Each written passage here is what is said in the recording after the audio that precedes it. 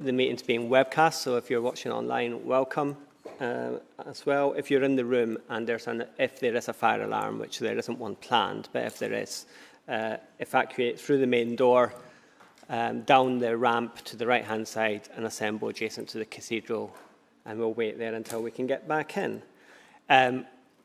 You don't need me to tell you that it's an exceedingly hot day today. It's warm in here, even though we've tried to do what we can to keep the place as cool as possible, but the historic fabric of this building means that there's no air conditioning, so we'll have to do what we can to manage things.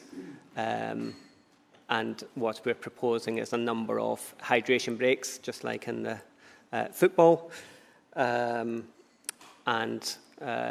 comfort breaks throughout the meeting, just to make sure that people can get through and keep themselves as cool as possible. We normally do a round of introductions, so I'm Councillor Andy Brown, I chair the Harbour Committee. I'll move to Patrick. I'm Councillor Patrick McAllister, and I am the Vice Chair of the committee. I'm Councillor Annie Townsend. I'm one of the Ward Councillors for Central Ward. Councillor Kai Dodd, Councillor for Southmead. Councillor Tim Rippington, Councillor for Brislington East and new to the committee. Councillor Shabalala, Central Ward. Andy Brigden, Cooperative Member. Cliff Brand, Cooperative Member. Kevin Mowat, Cooperative Member. Brilliant, thank you. And we'll go around officer, so start with Patsy. Pat Smeller, Director Management of Place. David Lockwood, Director, Bristol Harbour Authority. Eric Dougal, Harbour Estate Manager. Julie Witham, Regeneration Team. Richard Pimlott, Commercial Manager, Bristol Harbour Authority. Sean Taylor, Head of Highways. Good afternoon, Jonathan Martin, Regulatory Services and City Events Manager. Tony Moore, Harbour Operations Manager. Ashley Ferrero, Policy Committee Officer. Brilliant. Thank you very much, everyone. And I'm going to give a special welcome to Richard as the Commercial Manager for the Harbour. I believe this is your first committee, so welcome. And a welcome back to Cliff Brand, who is joining us as a co-opted member of the committee in place of Will Stanley, who has stood down. Okay, moving on. Apologies for absence and substitutions. So Ash. We've received apologies from co-opted member Catherine Davids and Councillor Richard Eddy. Brilliant, thank you. Any declarations of interest from members on the committee? Patrick? Thank you, Chair. I'll give my standard declaration that I am a trustee of We the Curious as an outside body appointment, and We the Curious has a lease arrangement with the council. Moving on to minutes of the meeting held on the 17th of March 2026. Have any members got any comments on the accuracy of those minutes? No, in which case, can I move that they be adopted as a correct record? And I need a seconder. Seconded. Brilliant. Thank you very much, Patrick. I shall sign those and pass them back to Democratic Services. So, there we go. So moving on to agenda item 4A, which has been squirreled into the agenda. So this is my chair's announcements. So there's a couple of things I want to raise, and then I'm going to pass across to Councillor McAllister, who has something that he wants to raise as well. So the first couple of things I had, one was there will be, I'm sure, interest from members of the public and members of the committee on progress on the Harbour Safety Review, and it's just to state that the Harbour team have got the first draft of that safety review in, so that will be coming to our next committee once the final document is available, along with any mitigation measures that are that result from that safety review process. And the second thing to raise is that we had an officer decision notice a couple of months ago with regards to spending a sum of £240,000 on landlord compliance works for Unit 15 in Albion Dock. And this was with the intention of a tenant who was going to hopefully take up that property as a retail commercial opportunity. That tenant is no longer taking the property, sadly, but the work is progressing so that that unit can now be let, or will be able to be let, for the benefit of the harbour and for that and to provide some more opportunities in that part of the harbour as well. Patrick, can I pass across to you? Thank you, Chair. I just wanted to take this opportunity to inform the committee and officers that this is going to be my last meeting as Vice Chair of the Harbour Committee. I'll be stepping back from the next full council and handing over to Councillor Shabalala, who will be stepping up as the Vice Chair. And apologies, that does mean that the business, the papers for the business report are going to need updating again at the next meeting, I imagine. But I just want to pass on my thanks to officers and members. I've really enjoyed and valued my time as the Vice Chair, and we saw in the transition to the committee model, I valued the opportunity to push for the Harbour Committee to gain decision-making powers, which we've now done, and I look forward to continuing the work as a lay member of the committee and as a Harbour Councillor. So thank you very much for the opportunity. Thank you, Patrick, and I'll add my thanks for your support and contributions over the past couple of years as Vice Chair. It's been great working with you, and I look forward to working with SIBS going forward. I have also realised that, Tim, I didn't give you a proper welcome to the committee as well, so apologies for that oversight a bit earlier on, but yeah, welcome to your place in the committee. And I think there is, for members, there is an updated version of the business paper that does include Tim's name in it. So we have got there in the end. Okay, public forum is the next item on the agenda. So we had 20 public questions received. So written responses were made available. They were published this morning. Members of the public attending can ask supplementary questions, up to 2 supplementary questions, depending on the number asked originally. So the first 3 questions were asked by Richard Carey. Is Richard here? He is not. Okay. And I had a note that John, I can see John, but wasn't intending to speak. Is that right? Oh, sorry. Okay. So Ben, you have up to 2 supplementary questions. Yes. Is there a microphone, or should I? Oh, they're picking up there. The super duper new tech supposedly picks everything up. So let's try it out. Thank you. So my supplementary question is around Netham Lock opening times. The answer stated that at the start of the season, operations were affected by temporary staffing pressures, with the staff redeployed from elsewhere to maintain services. Please can the officers state the current opening times of Netham as of today, and when Netham Lock will be open as the publicised times of 7 AM to 10 PM? I can answer that, Ben.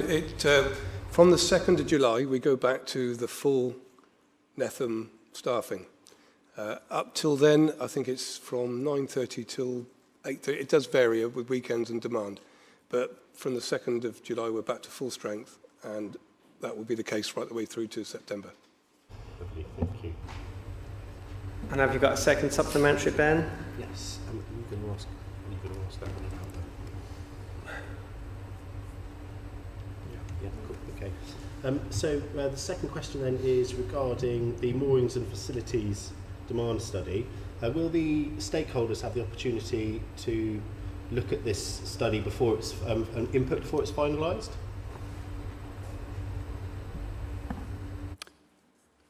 Thanks for your question. So it's still in draft form at the moment. As you've probably seen from the other questions, there are still a few points we need to clarify about how they've been quantifying the actual costs. So before we get to the stage of publicising, we want to make sure it's correct, so that we are actually making an apple for apples evaluation and not for an apple for bananas. Other fruits are available, of course. So we really do, we want to make sure we've got it right. We're aiming to get it finalised by end of July. Whether it's going to be published in its full, whether it's fully published, will be still to be discussed. But it'll be something we'll be able to share, particularly over the stakeholders group, and take it forward from there. But a lot of information is mainly focused around the moorings and not necessarily on the commercial developments. So it's what it presents isn't necessarily how we see it developing in the future. So it might give false representations. Okay. Ben, have you got, I know that you're attending to speak on behalf of Phoebe, so have you got supplementaries for Phoebe's, but are they relating to the initial questions? Because in principle, they need to respond to the be responses. The wrong way round, hadn't I? I'll pass them on if that's okay. I want to highlight actually a massive thank you to current staff, and actually there was another point that went out on the app today about the hot weather we've had and how the level of competency and efficiency has been noticeably fantastic. So thank you. Okay. That was a statement, but given the tenor of the statement, I was happy to let that one go. We have also had 3 public statements. So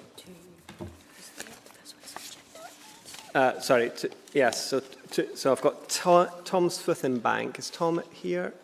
Nope. And Ben, you had a statement on the John Sebastian launch. Did Pete Blatchford have Sorry, my apologies. My apologies. I have skipped the rest of the questions. So I did have, the next name that I've got down as attending to speak was Peter Blatchford. Is Peter here? Apologies, Peter. I skipped over that. So have you got supplementary to your question? The response that I had said it will be coming back in like for like. I just wanted to ask whether or not that is going to be as it is right now, or with the 2 additional fingers that were removed some time ago. So my main concern is just getting the people back in as they were, and if those 2 fingers that were there are put back in, then I'm going to have to find somewhere else for one of our longer boats, Lucky Sam. Yeah, the 2 fingers we took out are being refurbed, and they will go back in. So we're storing them all now at Prince's Wharf, and they will, once the new section is replaced, we'll put them all back. Okay, thank you. The other names I had on my list are Sam McDonald, Jim Peterson, George Colway, and Maureen Holden. They've not indicated they were going to be here, and I'm not seeing anyone indicate that they are them. So we shall move on to the public statements. So Ben, and the John Sebastian launch, do you want to make your statement, bearing in mind we've seen the statement? And it is with great pleasure that the Cabot Cruising Club can announce officially that the John Sebastian was launched from Albion Dock on the 2nd of May 1885 at 2:30. And that's from a few sources, but the extracts that I've included as the statement is from the Bristol Mercury, publicised at 4 on the 4th of May 1885. And it reads, just very briefly, a splendidly built lightship, the second of 3 ordered by Trinity Corporation, was launched on Saturday from the dockyard of Messrs. C. Charles Hills, Hotwells, Bristol. The first of the lightships was launched about 2 months ago. The preparations have already been made to commence the third. These vessels are of very costly character, the whole material being oak, teak and copper in iron beams and stringers. The length of 103 foot, breadth of 24 foot 2 inches, and the depth of 12 foot 2 inches. There was a very large assemblance of visitors in the yard, and an immense concurrence witnessed the ceremony from Hotwells Road. The launch was most successful and passed out without a hitch, and the date was the 2nd of May 1885. This is the last remaining lightship that was built in Bristol and is in Bristol. Thank you. Thank you, Ben, for that. Okay, so moving on, the first item on the agenda is the annual business report, which we have referred to already. So I'm going to pass to Ash to introduce this. Hello, yeah. So this report is just for noting. It notes the membership of the Harbour Committee for 26-27, as well as the terms of reference, which can be found in Appendix A. Councillor Andrew Brown has been appointed as the chair of the Harbour Committee, and at the time of publication, Councillor Patrick McAllister was appointed as the vice chair of the committee. The next vice chair, Councillor Sibisiso Shabalala, will be appointed at the next full council meeting. To confirm, the following members were appointed to serve this committee: Councillor Andrew Brown, Councillor Sibisiso Shabalala, Councillor Annie Townsend, Councillor Kai Dudd, Councillor Tim Rippington, Councillor Richard Eddy, Co-op team member Cliff Brand, Co-op team member Catherine Davis, Co-op team member Andy Brigden, Co-op team member Kevin Moat. And the meeting dates of the Harbour Committee for 26-27 will run as the 23rd of June today, the 15th of September, the 12th of November, the 26th of January and the 16th of March. And that's it from me. Thank you very much. So we are asked to note the content of that report, so I shall consider that noted. And I'm not seeing anybody indicating that they wish to address that. So we shall move on to the Bristol Harbour Authority Annual Report for 2025-2026. So the purpose of this report is to present the Bristol Harbour Authority Annual Report 25-26 to the committee, summarising the authority's performance, governance, statutory functions, financial position and key achievements over the reporting period, and to seek formal approval of the report for publication and submission as required. And it's a key decision as it affects 2 or more wards. And I'm going to pass across to David to introduce and outline the report. Thank you, Mr. Chair. Good afternoon, everybody. I'm pleased to present the annual report for 2025-26, which provides formal assurance that Bristol Harbour Authority is operating safely, compliant and effectively. This is also an important milestone as it's the first annual report produced in line with Department for Transport requirements. It establishes a clear baseline for transparency and assurance. Going forward, the format will continue to evolve as the harbour develops and matures, aligning with the business plan and the harbour strategy. Firstly, on marine safety and compliance, the report confirms that the robust marine safety management system is in place and aligned with the Ports and Marine Facilities Safety Code. Independent audit findings by ABP MER, who are our designated persons, have been addressed, and the harbour has been declared itself compliant to the Maritime and Coast Guard Agency, MCA, for the 2026 to 2029 cycle. The Marine Safety Plan remains effective and with structured oversight from the duty holder, supported by independent assurance and regular stakeholder engagement. This provides confidence that navigational risks are understood and appropriately managed. In terms of operations, the harbour has remained active and resilient. There has been strong visitor numbers, major events, and over 3,000 vessel and craft movements during the year. This is despite some operational constraints, such as the lock issues, and also external restrictions on navigation. The report is transparent about incidents. Most were minor and consistent with a busy harbour environment. However, sadly, there were 2 tragic fatalities involving members of the public entering the water involuntarily. Whilst not classified as marine incidents, they do reinforce the importance of ongoing focus on water safety and working with the various partnerships to prevent this.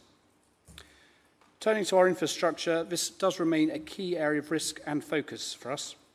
The condition issues have been identified and managed across locks and bridges, with inspections, repairs and capital projects progressing to maintain safe and reliable operations. This reflects both the age of the asset base and the need for sustained long-term investment. With regard to the harbour finances, the report sets out a clear and honest position. The harbour did record an operating surplus during the year. However, these funds have been reinvested into mainly the dredging programme, as well as other key investment programmes to maintain the harbour conservation. The harbour is currently supported by the Council General Fund, and the approved business plan of 2026-2031 provides a structured pathway to financial sustainability by 2031 through improved asset utilisation, income generation and targeted investment. Looking ahead, a central theme is the One Harbour approach. This is about bringing together the Harbour Authority, the users, businesses, residents and partners around a shared purpose. It recognises that the harbour is not just an operational asset, but a shared space that depends on our collective stewardship and working together.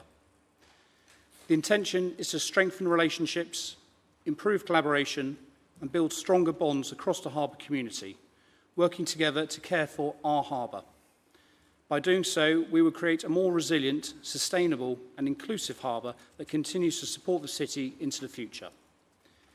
In summary, the annual report demonstrates that the harbour is safe, compliant and effectively managed, while being clear about the challenges ahead, particularly infrastructure and financial sustainability, while setting a clear direction for the future. I'll therefore commend the report to the committee and ask that it is reviewed and noted and approved for publishing. Thank you. Thank you very much, David. I mean, I'm going to start with just thanking you for this report and thanking you for this report in this format. I think it's building on the work that's been going on in the harbour over the past couple of years to get to that point where we are, where we can increase the transparency and be clear about where we're at, what our ambition is and how we're going to achieve that.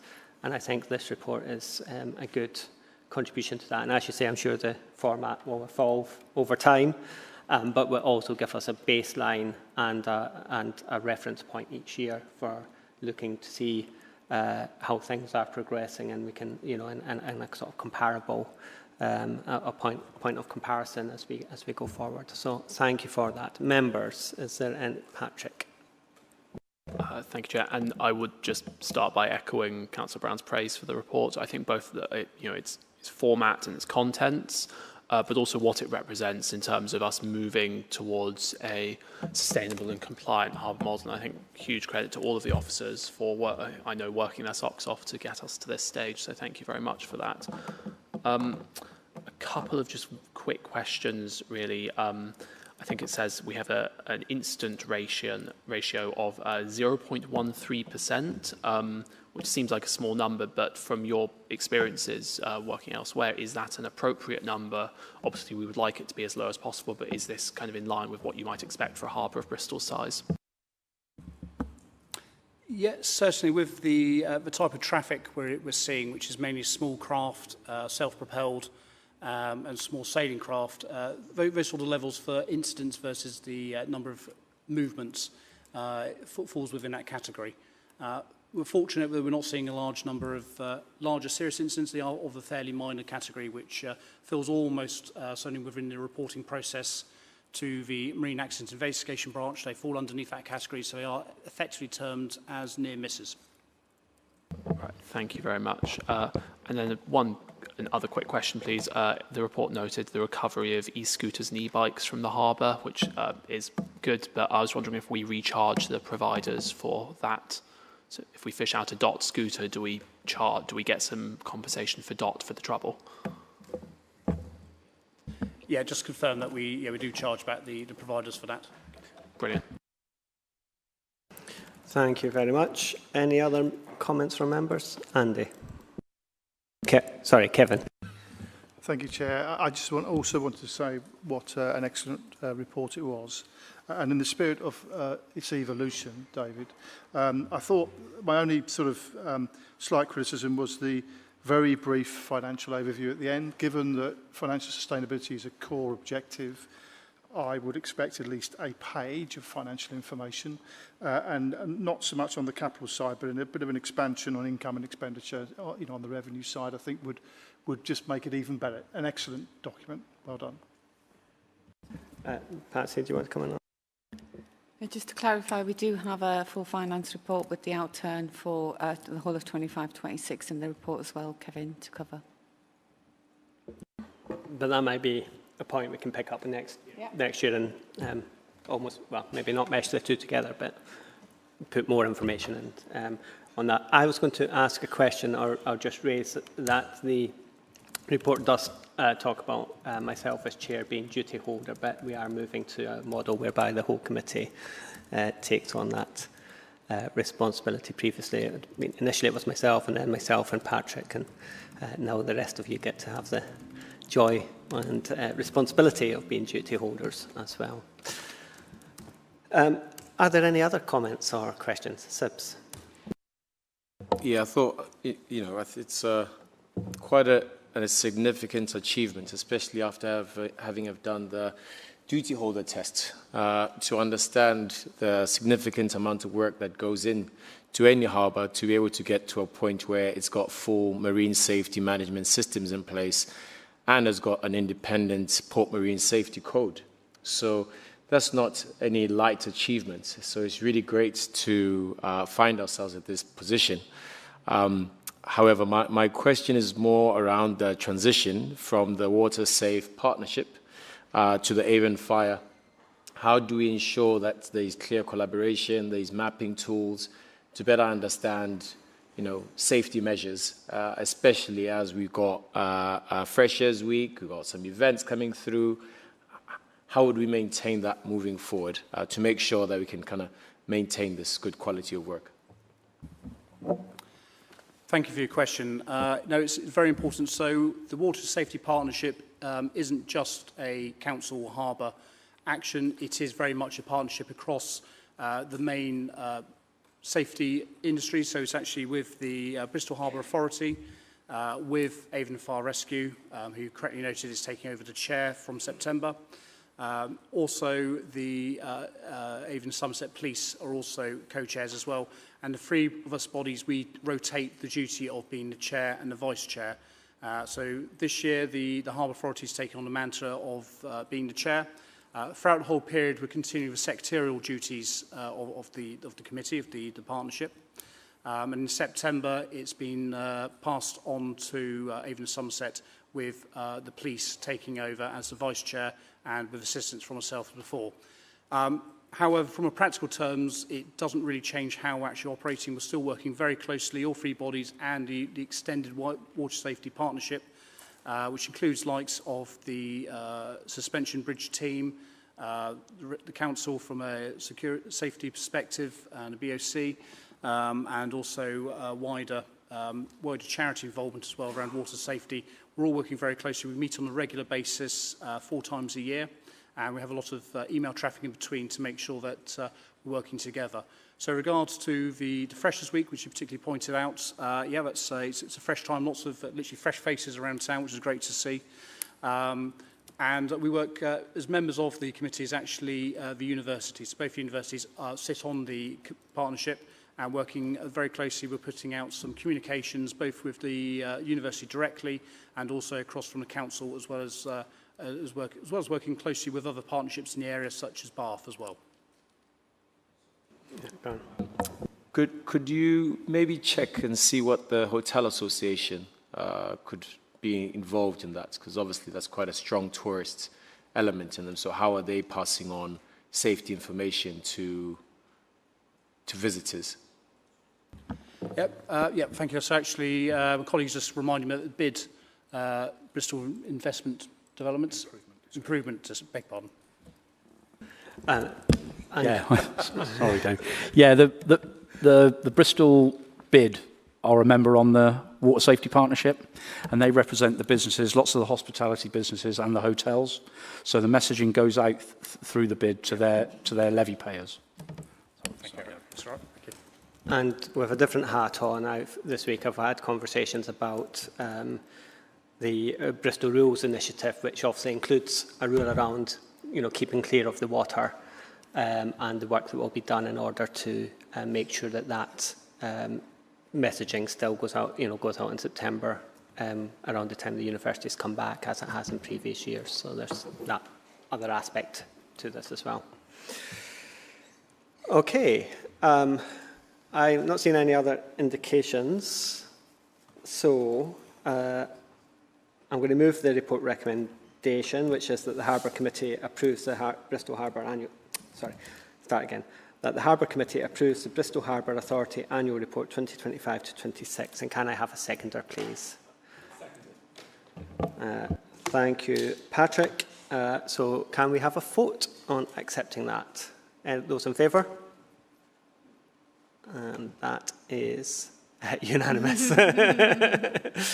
I have to say I'm rather jealous of the fans that some members have, and I'm also disappointed that they didn't see fit to provide the chair with one.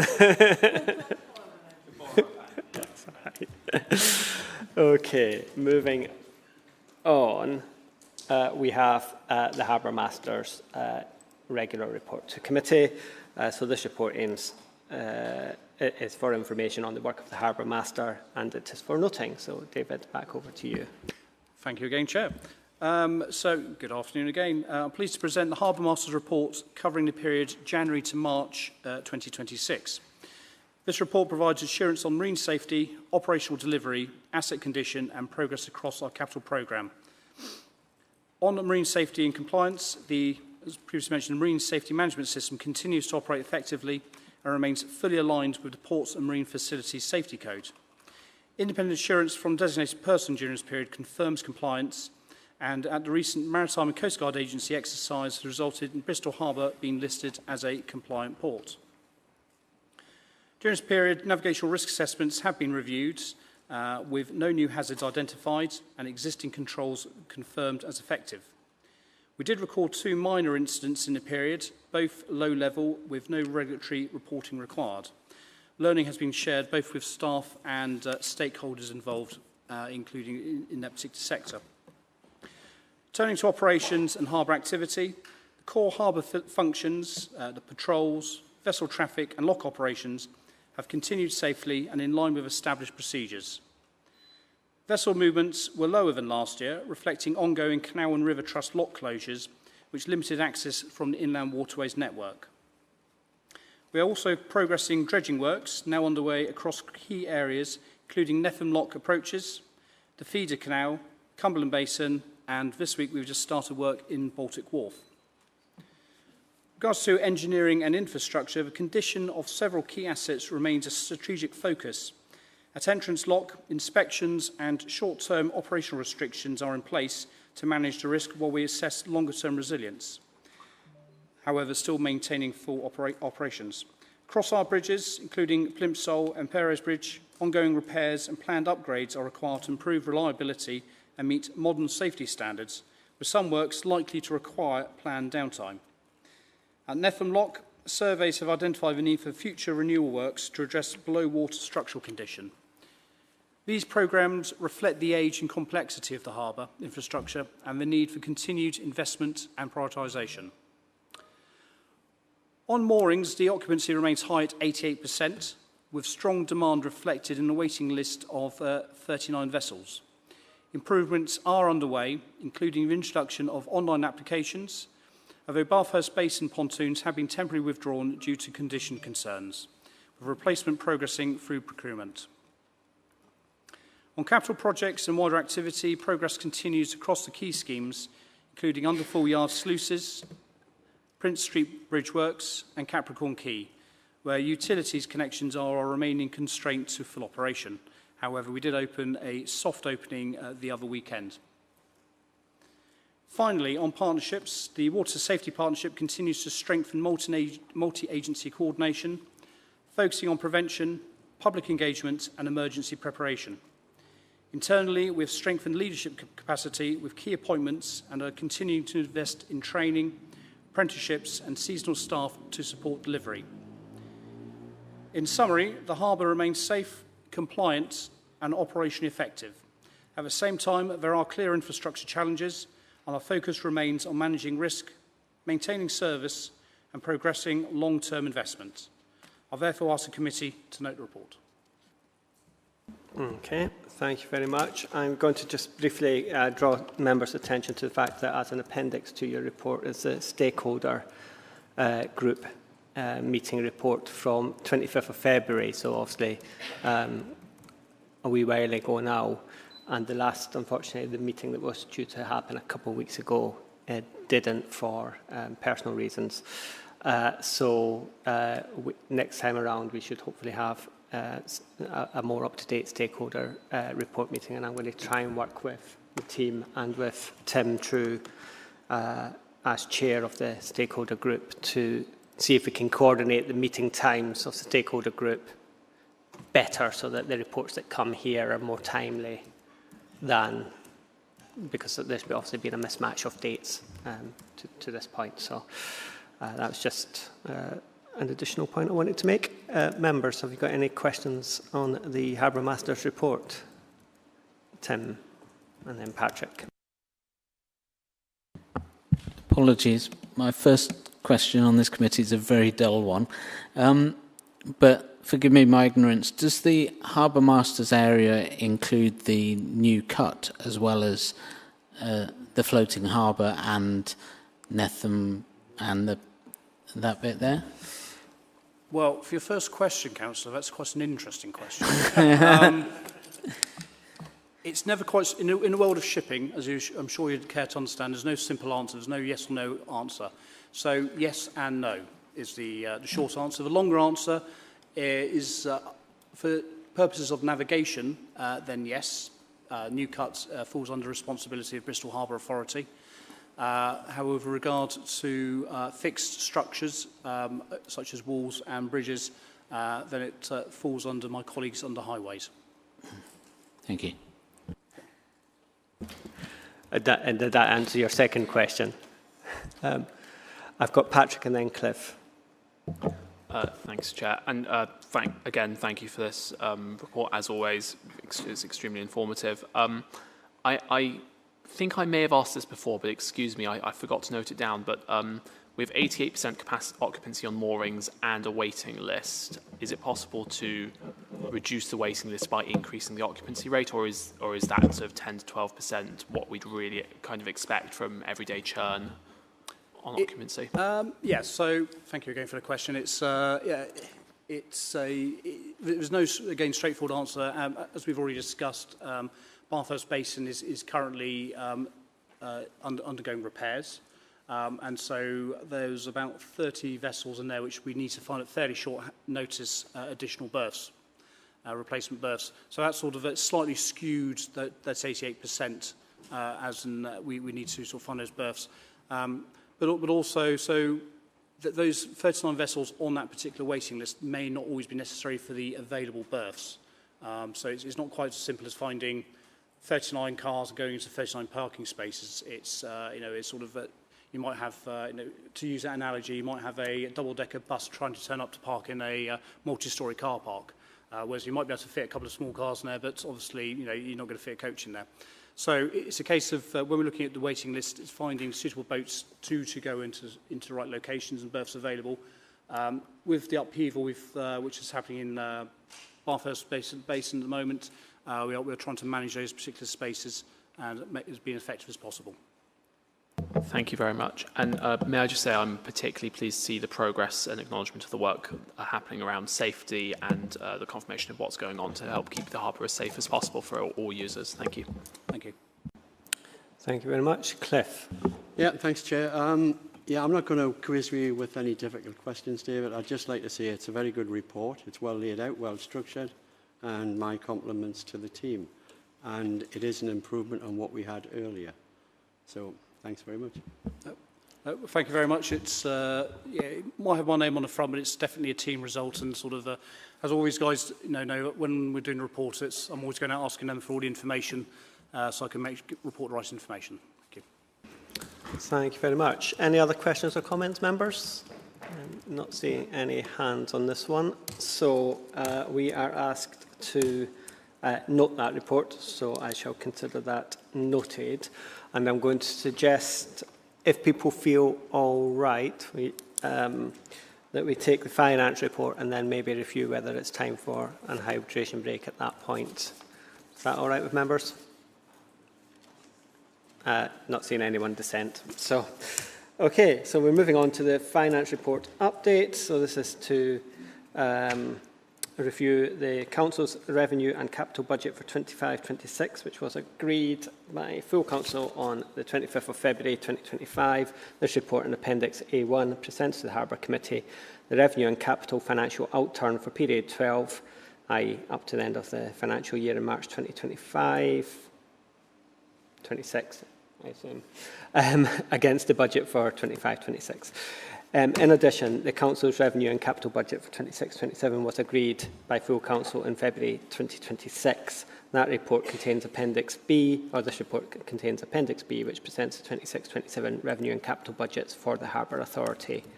and the overall report is for noting. Kevin's not here, Patsy, so I'm going to pass to you. Thank you, Chair. So this paper sets out to committee the outturn report for 25-26 and the budgets allocated to the Harbour for 26-27. The general fund budget allocated for 25-26 shows a balanced outturn after a surplus of 444,000 was moved to reserves. The underspend for 25-26 relates to a number of areas. 59,000 surplus in employee costs. We had a number of vacancies that we had to be filled that are now filled. 107,000 in repairs and maintenance. Again, this underspend directly relates to vacancies in the engineering team and within the team, and these have now been filled.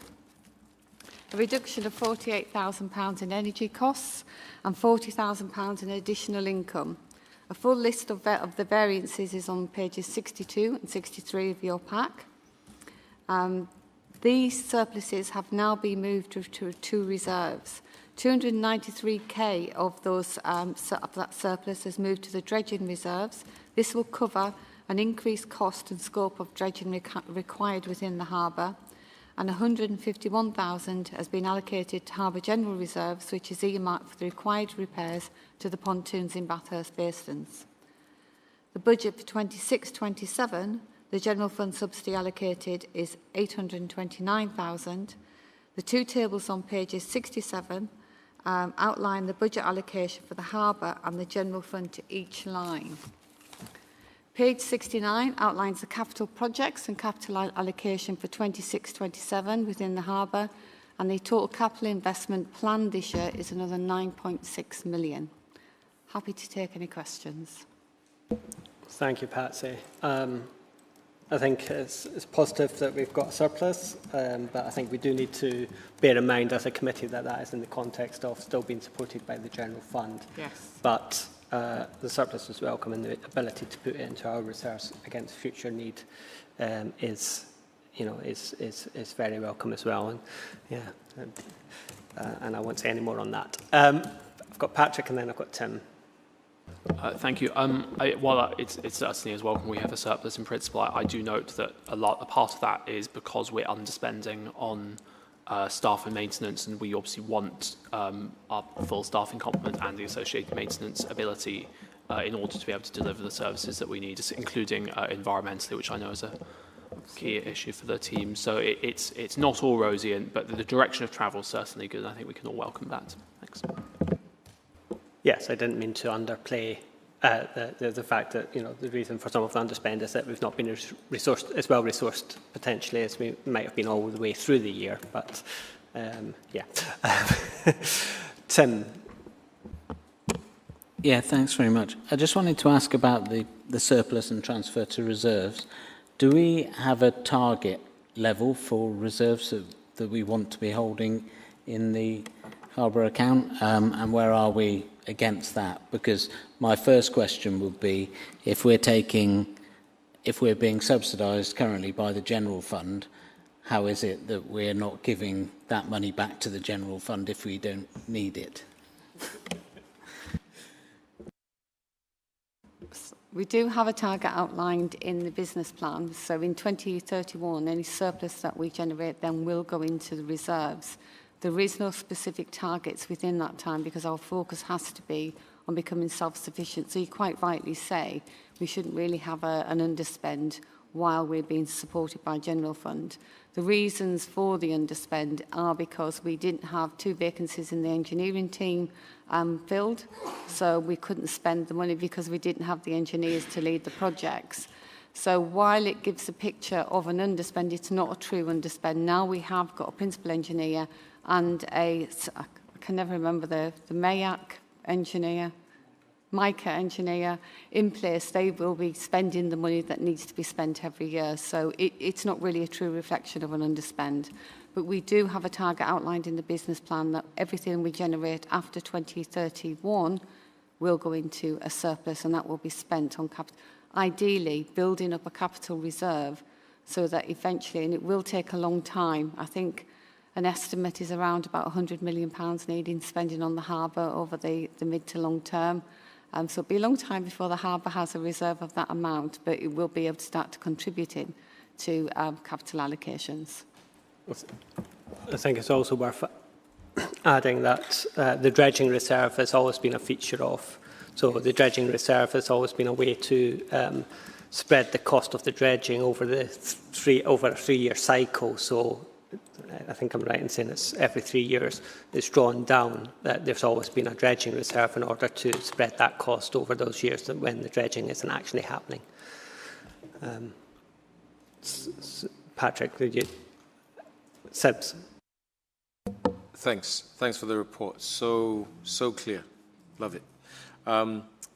Few questions. One will add on of the councillor's comments here. The first one is, can you explain the reason for the withdrawal from the agency, environmental agency? And then secondly is, as the subsidy is increasing this year, just going back on that point, does the business plan actually highlight a clear trajectory of how we become self-sufficient? Yeah? Okay. Thank you. In relation to your first question, the Environment Agency, they used to pay us a small subsidy to manage the stop gates. Unfortunately, they took the decision early last year to withdraw that funding, which has left a £60,000 gap in our budget. We did escalate that right through the escalation procedure within the Environment Agency with myself and John Smith meeting with their executive directors. Unfortunately, as the case with all government departments, they are struggling with funding as well, and we could not persuade them to change their mind in relation to that funding. So we did lose that subsidy. In relation to your second question, would you just repeat it for me? The increase in the subsidy the increase in the subsidy from the council to the harbour has gone up. Is that trajectory of repayment or self-sufficient from the harbour quite clear on the business plan? So it's gone up slightly this year. Yeah. From next year it goes down, I think it goes down 200,000 from memory next year. And then it's a rapid decline to 2030-31. And the reason it went up this year was the business plan. Behind the business plan that we signed off and the glossy document is spreadsheet after spreadsheet on how we're going to achieve the additional income required. And one of the things we highlighted was the need to, one, have a commercial manager, and two, have some marketing. You know, if you're going to bring in businesses into the harbour, we need to market. So we went through the build of the business plan with corporate finance colleagues, and they agreed on the 836,000 that we got this year. That made business sense to do that small investment. It is a small increase this year, but it's a very rapid decline from next year. Can I just come back on that a little bit as well? Okay. Just to say, that, so the business plan, we've obviously signed off at this committee, but those figures are also in part of the Council's medium-term financial strategy. So they're baked into what the Council expects to be given the authority as well. So, you know, both ways round, that sort of 5-year trajectory of the subsidy from the General Fund to the Harbour Authority coming down is baked into the Council's assumption as well as to the Harbour Authority's assumption. And the other point, sorry, I know you've got another question, but just going back to the Environment Agency point, obviously we've lost the funding on the sort of maintenance of the lock gates, but we do get a lot of money out of the Environment Agency in other ways. And so, you know, there is a little bit of, you know, you pick your battles because we know we're going to go back to them for, you know, potentially, you know, we'll be looking to them for additional funding, or what they're going to be funding some of the flood defence work, and we might be going back to them to ask for more at some point. So, you know, you have to work out which ones, which battles to, you know, fight. I could save this question for the next item, but I think I'd rather deal with it more in the finance part. But and also in terms of like just negotiations, as you were just saying, Andrew, about choosing battles. I'm quite interested in when we start some sort of negotiation with the West of England Combined Authority or Transport, really, to better understand how we can cover the burden that transport as an infrastructure is having on the harbour.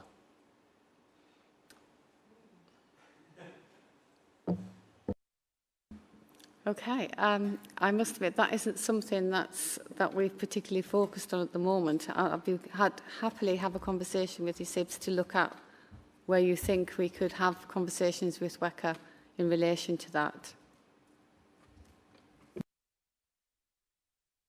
Sean. Hi, thanks. As you know, I've been around a long time.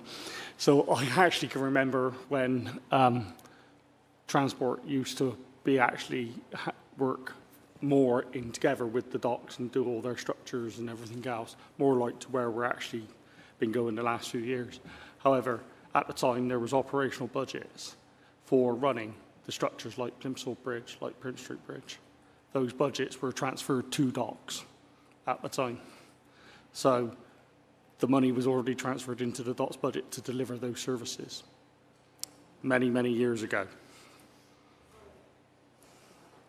Sorry, I've just realised what you mean now around the highway structures and things. So highways and docks fall under me, and we have looked at, you know, potentially recharging docks for this or docks recharging highways for this, and actually it works out about even. You know, docks supports harbours, harbours supports docks. We swing the bridges, we don't charge. Sean helps us fix the bridges and doesn't charge, comes in and helps us with emergencies. So we work very much as a team. Okay, thank you. Do you want to come back on that, Sibs? Yes, sorry. If I didn't get the training last 2 weeks ago, my opinion would be different. However, we have to balance the safety and the commercial elements of the harbour within its own restrictions. So how is that relationship translating to us meeting our statutory obligation as the harbour? I think the Highways Department does fully support the harbour. There were transfers of monies years and years ago that nobody can trace. And we have looked at this. I've had conversations with Cliff and with, when he was Harbour Master, and with Sean. And the harbour benefits very well from the support of highways, and I think the harbour would probably be on the losing factor if we went down that road. Okay, thank you. Tim, did you want to come? We've come on to your just a very favourite topic. Just on the parking charges of 4.5% better than expected. I was just wondering if we have a reason for that, or is it just that more people are visiting those car parks than we expected? A mixture of a slight increase and our inflationary increases added to them as well. Okay, thank you. Kevin. Thank you, Chair. Forgive me if I get this wrong, but from a governance perspective, I think it's unusual to see a budget for the financial year when you're nearly 3 months into it. And I appreciate the way the decision-making is structured, that the council didn't make the decision until February, but we had a meeting in March, and I would suggest we might be able to submit a late report to our March meetings, which seem to be on a cycle now in March, so that we, from a good governance perspective, see the budget for the following year before the year actually starts, notwithstanding the fact that we don't set it. From a good governance point of view, it doesn't look good when the first time you're seeing it, and this is a bit, I apologise if I got it wrong, for the first time nearly 3 months in. And by the way, the comparison between the two is really helpful. Thank you for that. So where you've adjusted the budget from one year to the next, that's really helpful. I guess my observation would be a lot more helpful if I could have seen it in March rather than at the end of June. So the way our corporate finance cycle works, we don't see the outturn until, I think it's, I'm looking at John, end of April, May, I think we get our outturn. Yeah, Yeah, so this is the first opportunity we've had to bring it since we've seen it. But Andy's asking about the budget for this year. Oh, right. Yes, of course, sorry, yes.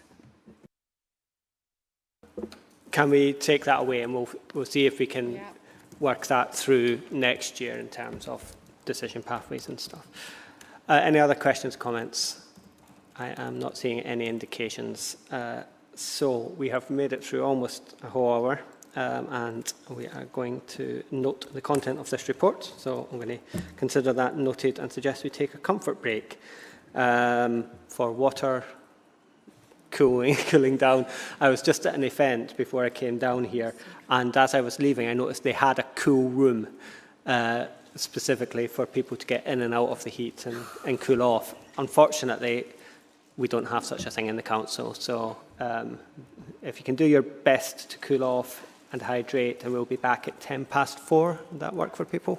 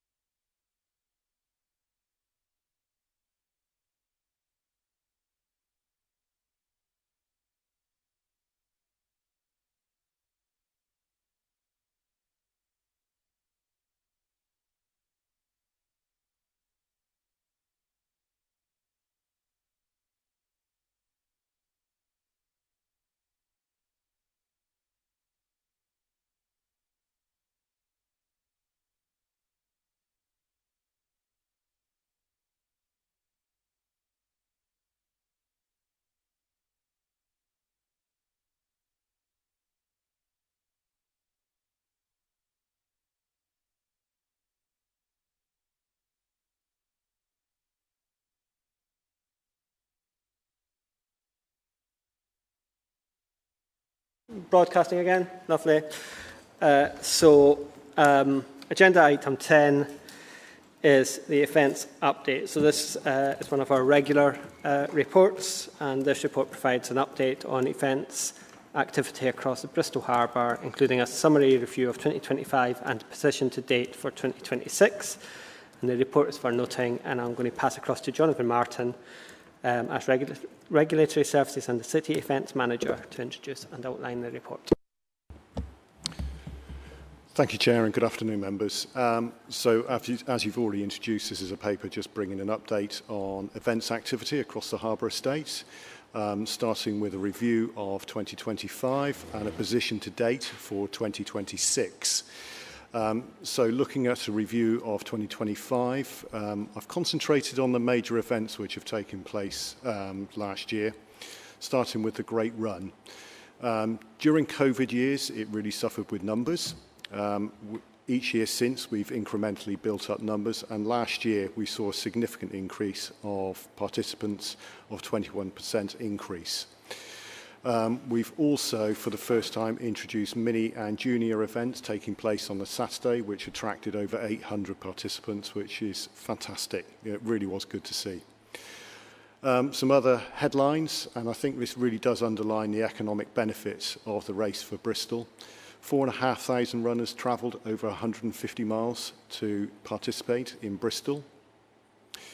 Each runner brought on average 2.3 supporters with them, and 61% of runners were taking part on the Great Run for the first time.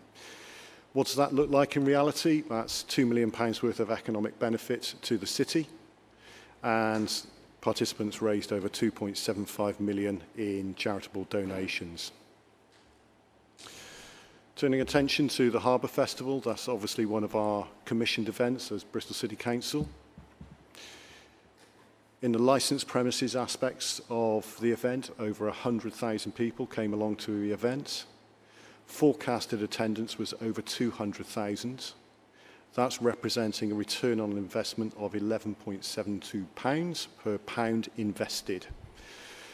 So economic impact, 4.5 million, 200,000 to local business investment and staff spends of 19,500. 2025 was also exceptional because Bristol was a host city for the Women's Rugby World Cup. The amphitheatre played host to the fan zones, so for both the quarterfinals and semi-finals, we had a fan zone down there. The Rugby World Cup for Bristol alone brought in £47.7 million worth of economic benefit to the city. That obviously includes Ashton Gate and all the activities that were taking part, with over 92,000 people coming to Bristol for the World Cup. As you can see, there are also provided some other headlines for the World Cup, including 90% occupancy for our hotels. Obviously, I've concentrated on the large events for 2025, but for a summary position, we hosted 55 events in and around the harbour. That included Birdman, which was a new to Bristol event. That proved to be really successful, and I think a bit of jeopardy, a bit of excitement, shows what interest that can bring as well to the events calendar. 25 events cancelled in 2025. And this continued, there's a trend here for 2026, as you will see. It really does highlight the fragility of the marketplace that continues due to the economic position. For 2025, we predicted income of just over 117,000. In reality, we delivered benefits or income of 145,000. Looking at 2026, obviously, we're well into the start of the year now. Starting with the Great Run, we had another sellout year, 23,000 people participating. We've already received 3,000 entries for 2027. 60% new runners, just like 2025, 90% positive on the atmosphere, 80% positive on the course. The course this year was really challenging due to the amount of highways roadworks taking place due to my colleague here. Thank you. but it worked. We made it work, and it was generally positive. As I alluded to, 2026 is a difficult year, but we still are able to bring in new events to the Harbour area, including Where We Belong Festival, which is a new to Bristol event, which enjoyed really strong ticket sales. Currently, we have over 50 events scheduled, 14 new events, but 13 events have already cancelled, 2 of which are noteworthy because they are long-standing events, Wingfest, and another event called Overground, which is cancelled completely. This really does underline how challenging it is at the moment. We're not the only area being affected like this. As we look forward to Harbour Festival 2026, again taking on some of the feedback from last year's festival, we are going to see a much greater involvement with the Harbour community and moving some of the activity down to under 4 yard. Income-wise, we are predicting 114,000, but as we will hopefully be able to bring in more events, that will hopefully improve for the rest of the financial year. You will also note, last year we enjoyed Queen Square event with idols playing. They were unable to attract artists for this year, so the event is taking a break for 2026. The other significant aspect of the report is the amphitheatre power upgrade. The main feed into the site is agreed, and heavy construction work for the amphitheatre power upgrade is due to start in September 26. So that will completely remove all aspects of any need for generators. Okay. Have I mentioned Queen Square? No, you haven't. Do you want to? Ah, yes, I can do. So 2026, Sean's just given me a note here. We were successful with a capital funding bid for further power upgrades, which will be for Queen Square. So Queen Square will also have power upgrades for 2026. Thank you, Sean. Chair, that completes the report. Thank you very much. Can I ask a question about the amphitheatre? More broadly, I welcome the report, and it's useful to have this, and I know it's of interest to members, and and I know how prominent some of these events are, both in terms of their contribution to the council through the fees, but also in terms of the contribution to the city. And I know there's at least one person in this room who ran in the Great Bristol Run back in a couple of months ago. But that was a huge event. It was really well attended and really well organised, and I think it's a real asset to the city. But coming on to my question, so it's around about the amphitheatre. So we're obviously upgrading the power in the amphitheatre, and the amphitheatre is obviously a venue for a lot of significant events. But the building next door is obviously subject to a planning application, and it's going to be, there's going to be ongoing work there whilst that, whilst that planning process is completed and the building is kitted out. So are we working with the developers there in order to ensure that our events can run throughout that work? Yes, absolutely we are. We've got to protect our assets, so we are working with the developers. There are aspects around the development which I see as very complementary to the events taking place in the amphitheatre, particularly for VIP experience. So I'm hoping that between the events that do take place in the amphitheatre and the developers, the new occupants, they can work in tandem to provide an enhanced experience in that area. We've also got to protect free access to those events, so we're looking at screening options to ensure that people aren't able to view the event, even if they're able to listen to it, without paying, if that makes sense, because there is going to be frontage there, tables and chairs outside of that area. And just to follow on from that, I know that there had been a number of conversations about the support infrastructure or the space that's required for support infrastructure for events adjacent to the Lloyd's building. So, was resolution was resolution obtained on ensuring that we could continue to have space for all the support lorries and logistical requirements that any big event has, or is that still an ongoing sort of piece of work? Again, between ourselves, Eric here as the Harbour Authority, we are working through those plans. It will mean changes, undoubtedly, but I'm confident that they can coexist and protect the amphitheatre events. It's our premium space in Bristol. It's got to be protected. Okay, thank you very much. I've got Kai and then I've got Patrick. Thanks, Chair. Just to check to begin with, is there an issue with the sound in here? Because I'm struggling to hear you. I don't know if the volume needs to be turned up or anything like that. We can look into that. Well, yeah, I might just be getting old. Don't know. Yeah, and I've got a couple of questions. Firstly, good news about the amphitheatre power source. 'Cause I think I was involved with a bid about 5-6 years ago that got turned down. So it's good to hear that it's finally being sorted out. Do you think it would just clean up existing events, or will it attract new events having that power source there? And then I've got a question about the Harbour Festival, which I'll come on to. I think it's a good question around whether it will attract new events. Seeing how some of the event organisers across Bristol really market their environmental credentials, knowing that an event that they put on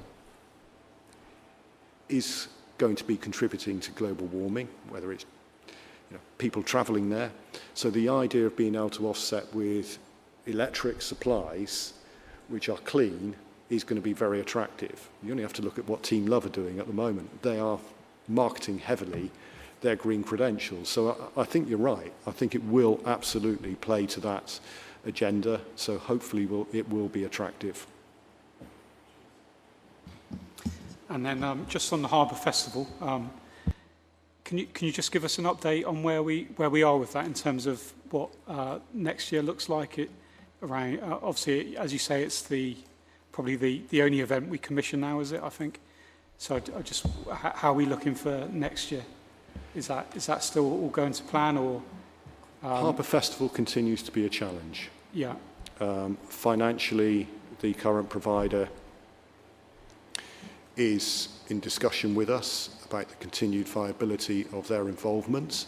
Mm-hmm. The investment that Bristol City Council makes for Harbour Festival has remained static for over a decade. So in real terms, that's decreased significantly.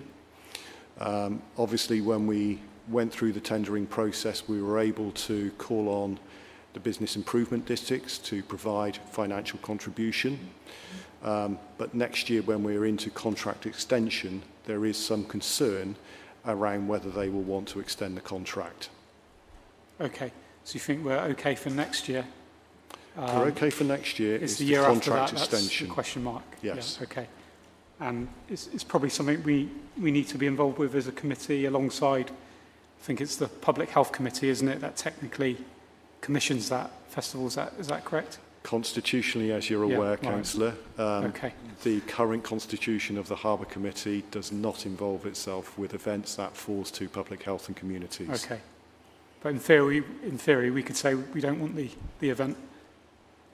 So we need to be involved. I don't think it's appropriate for me to answer. No, I'm not saying that. We want the Harbour Festival, but we should be involved.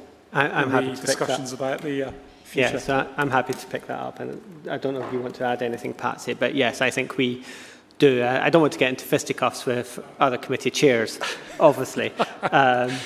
And if the press is watching, yes, you can quote me on that. But yes, I think we do, and I'm aware that there is, that issue has arisen, and that there's a broader question about what we do with events in the city. And whilst that does lie with Public Health and Communities, I am keen that we do get a briefing to this body at an appropriate juncture so that we are kept abreast of that and help shape, or at least have some input into whatever that future looks like. Patsy, did you want to add anything? No. Okay. I had Patrick next on my list. Thank you, Chair. Just on the Harbour Festival quickly, I think we should, as the council, keep an open mind to whether it might be useful to put a bit more subsidy in there. I know money's tight, but this is a nearly 12-to-1 return on investment across the city, and likewise, this is definitely a logic we should be approaching the bid with and say, look, it's your businesses who will be reaping the rewards of all these people in the city centre. Put up some money up front to help keep it happening.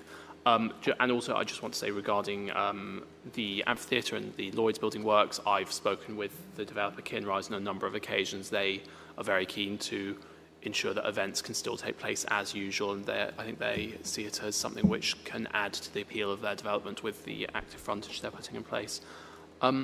I do want to just pick up on the Great Bristol Run. Obviously, this year was a great success. Last year, unfortunately, and I think the year before as well, there were some very unfortunate deaths during the event. It's brilliant, obviously, that we didn't have any serious incidents like that this year. Can we just ask what changes were made, and can we make sure that those, whatever lessons were learned, get repeated and maintained instead of forgotten?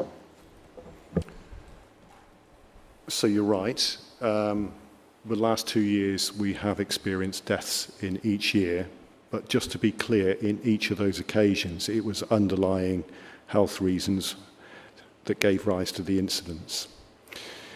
We did react to public comments, and some changes were made this year which increased the number of water points. There were also showering facilities, i.e. over the course. We've also brought forward the timing of the event to try and avoid the height of the sun. So changes will continue going forward. Thank you very much. That's reassuring. Thank you. And it was certainly cooler this year. So the past couple of years I've not participated, but I have been cheering on runners who were running for Bristol. This year it was definitely a cooler day than it was the previous year.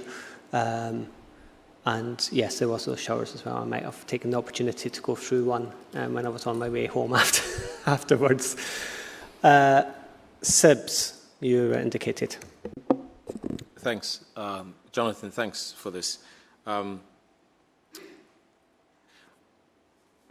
just going through this and think, okay, events are having a very tough time, both in terms of the law that's changed, the capacity, the restriction for security, affordability, all sorts of challenges that events are having. And equally, it's the same with the general public. However, there is a lot of data that is not necessarily visible within the report. For example, 2.7 million for charities, as what runners raised, 21% increase in participation. How are we able to better understand which of those charities? How are we able to understand where that 21% increase has come from? Which areas are engaging? Which areas are not? And understandably, this does not sit with Harbour, but this feels like the soul of the Harbour in terms of all the activities that it's generating for the city, because this feels like all the things that the Harbour has brought in from licensing, and the city has benefited, or the retailers have benefited, and the public have benefited, but yet that report, it doesn't sit here.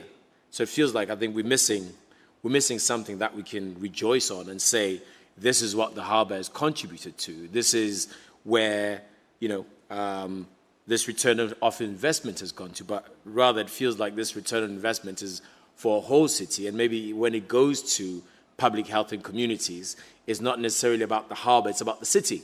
So therefore, the impact of the Harbour and the events that it's facilitating doesn't seem to be recognized in a very clear way. Now, I don't follow public health that much to see what they talk about when they talk about events, So maybe I'd pass the message on to yourself and to the chair, is that A, it would be great to see a bit more detail about the impact of harbour events, particularly so that we can be very clear about the economic drive to the city. Secondly, when it comes to the events, having some sort of equalities impact assessment would be great, because at the moment this equalities impact assessment doesn't have anything, so you can't tell venue holders, you can't tell attendees, there's nothing that you can tell. And from the looks of things, at most times, that the way that those that are able to do licensing applications is not always as inclusive as we may like it to be. So in order for us to be able to address certain inequalities in the city, we need to have enough data for us to be able to understand where's the gaps, where's the opportunities, where's the high level of engagement, and where there's a lack of engagement. I think this report, somewhere, is there a part that goes to public health, or is this the full report that we get? I'm not sure.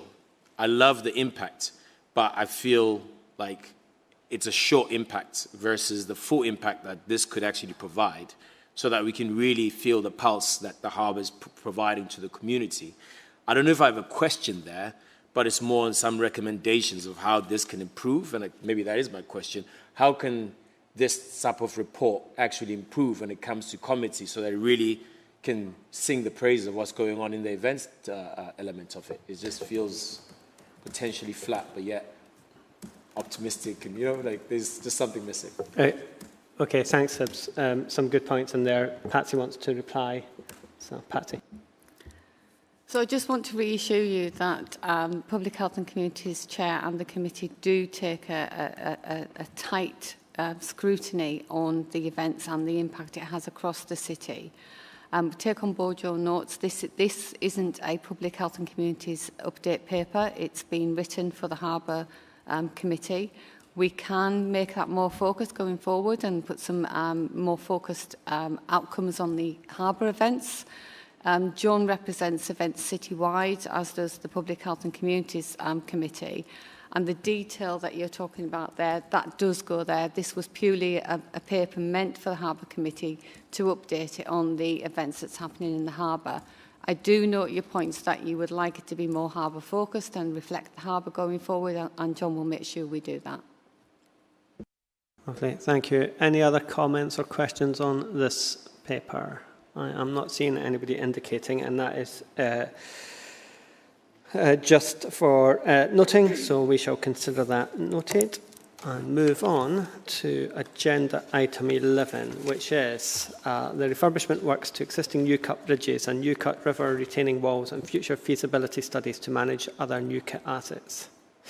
So the purpose of this report is to provide an update on project progress to both the Newcut walls and bridges, including remaining programme activities, works currently underway, emerging project risks and newly identified asset condition issues, to highlight to the committee the further ongoing capital funding required to stabilise the critical Newcut river walls and newly identified high-risk sections, and to highlight the ongoing structural and corporate risks associated with the Newcut River Wall and bridge assets, and to confirm the need for escalation to regional and central government to secure additional funding. So, Sean, over to you. Thank you, Chair, and thank you, Committee, for inviting me to the Harbour Committee for my first time. As the Chair just highlighted, the purpose of the report is basically for you to note and for me to update you on where we are with the highways works on infrastructure, which is adjacent to the Newcut or crosses the Newcut. Just to recap, the condition report on the Newcut walls was done in 2022-23. It identified 194 assets, of which 67 were assessed as needing intervention. And posed a significant corporate risk. From that, my team investigated the report, which came from consultants, and we decided that there were 11 absolute critical structures which needed investment. To be blunt, that's well beyond the capability of the city to pay for at that point in time. So we've taken a systematic and risk-based approach to trying to repair the walls. Obviously, we had the failure at Cumberland Road at the time, and we, as part of them, we went on to look at York Road and found significant movement in the wall as the tides went in and out. Basically, rocking is the way I would put that. And obviously, we secured investment, and those works are ongoing at York Road and nearing completion. We've also started works on what we call the Gateway, which is the opposite side of the river. And we are continuing with works on the Gateway. Each individual site we assess in a way to say what is the most economic way to repair that structure, because they are built differently. Despite the ongoing interventions by the team, and we continue to monitor the walls, but there is deterioration due to the big tidal range. The advanced age of most of the structures, you're talking 200 years, so to be honest, as an engineer's point of view, 200 years is pretty good for a structure, to be honest. And it's basically a historic lack of maintenance over many decades. As part of us investigating, following the reports and looking into the walls which were identified through vegetation clearance and so on, we found 3 extra critical walls, which are now high critical as well. I can confirm, because the report was written before the Transport Committee, that an additional 3 million was approved for this year's funding to continue with the works on York, to finish the works at York Road, to complete the works at Gateway, and to undertake full investigations of the mode of failure for these 3 extra critical walls at Coronation Road. The report sets out the future funding,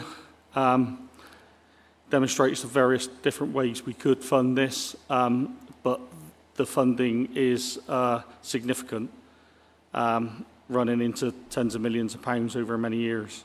However, not in the report, but because it's very, very new, a structures fund has come forward from government for £1 billion. That's across the entire country. So if you divide that by authorities, about 7 million each, if we were to get just a share. However, we are putting in 2 bids to this structure fund, and we feel they're very strong, one being Cumberland Basin because of Avon Fixed Bridge, which is, again, is a serious decline, and also the walls.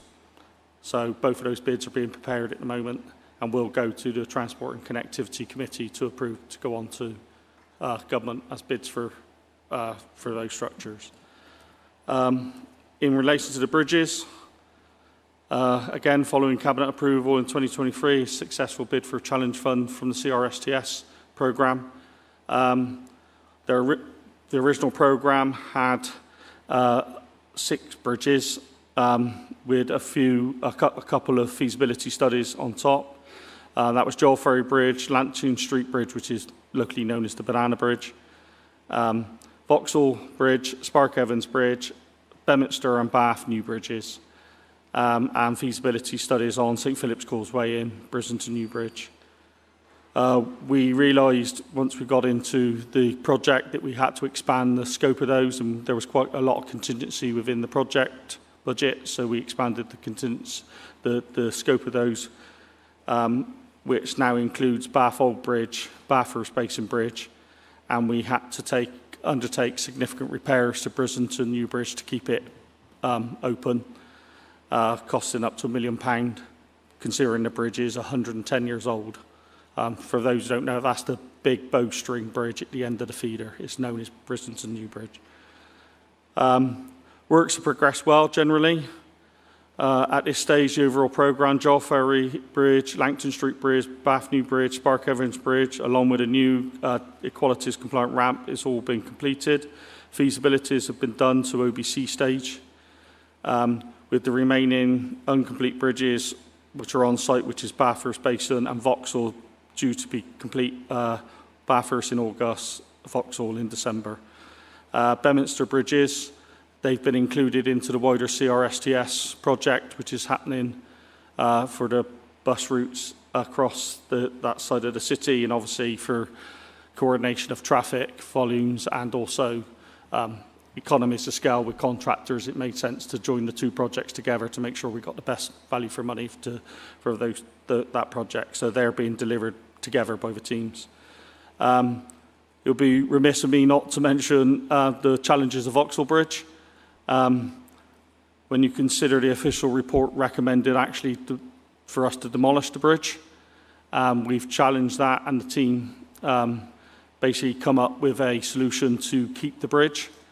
But it meant very slow progress and obviously a significant increase in costs. Basically, if you were to look at it now, about 80% of the bridge has been replaced, but unfortunately it's one of those things where you have to take out a structural beam and then you can't take any further out in that section, and you can't work on the next section until you put that structural beam back, because otherwise the bridge will fall into a twist. And the loadings, obviously, of the scaffold and everything else on it, we've had to be very careful about the structural stability, considering it was recommended by the consultants to actually be demolished.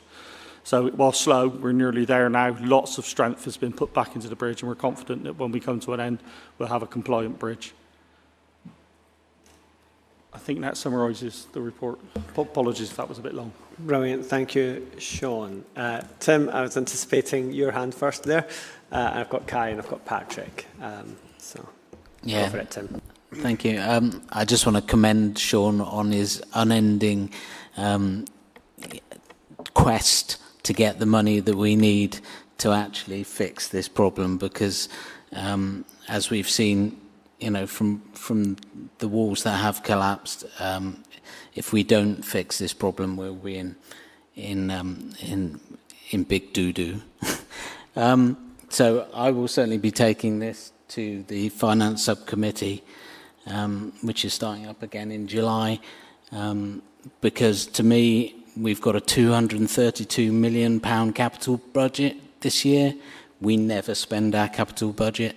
10 million a year, 2.3% of that or something, to stop all our roads falling into the river.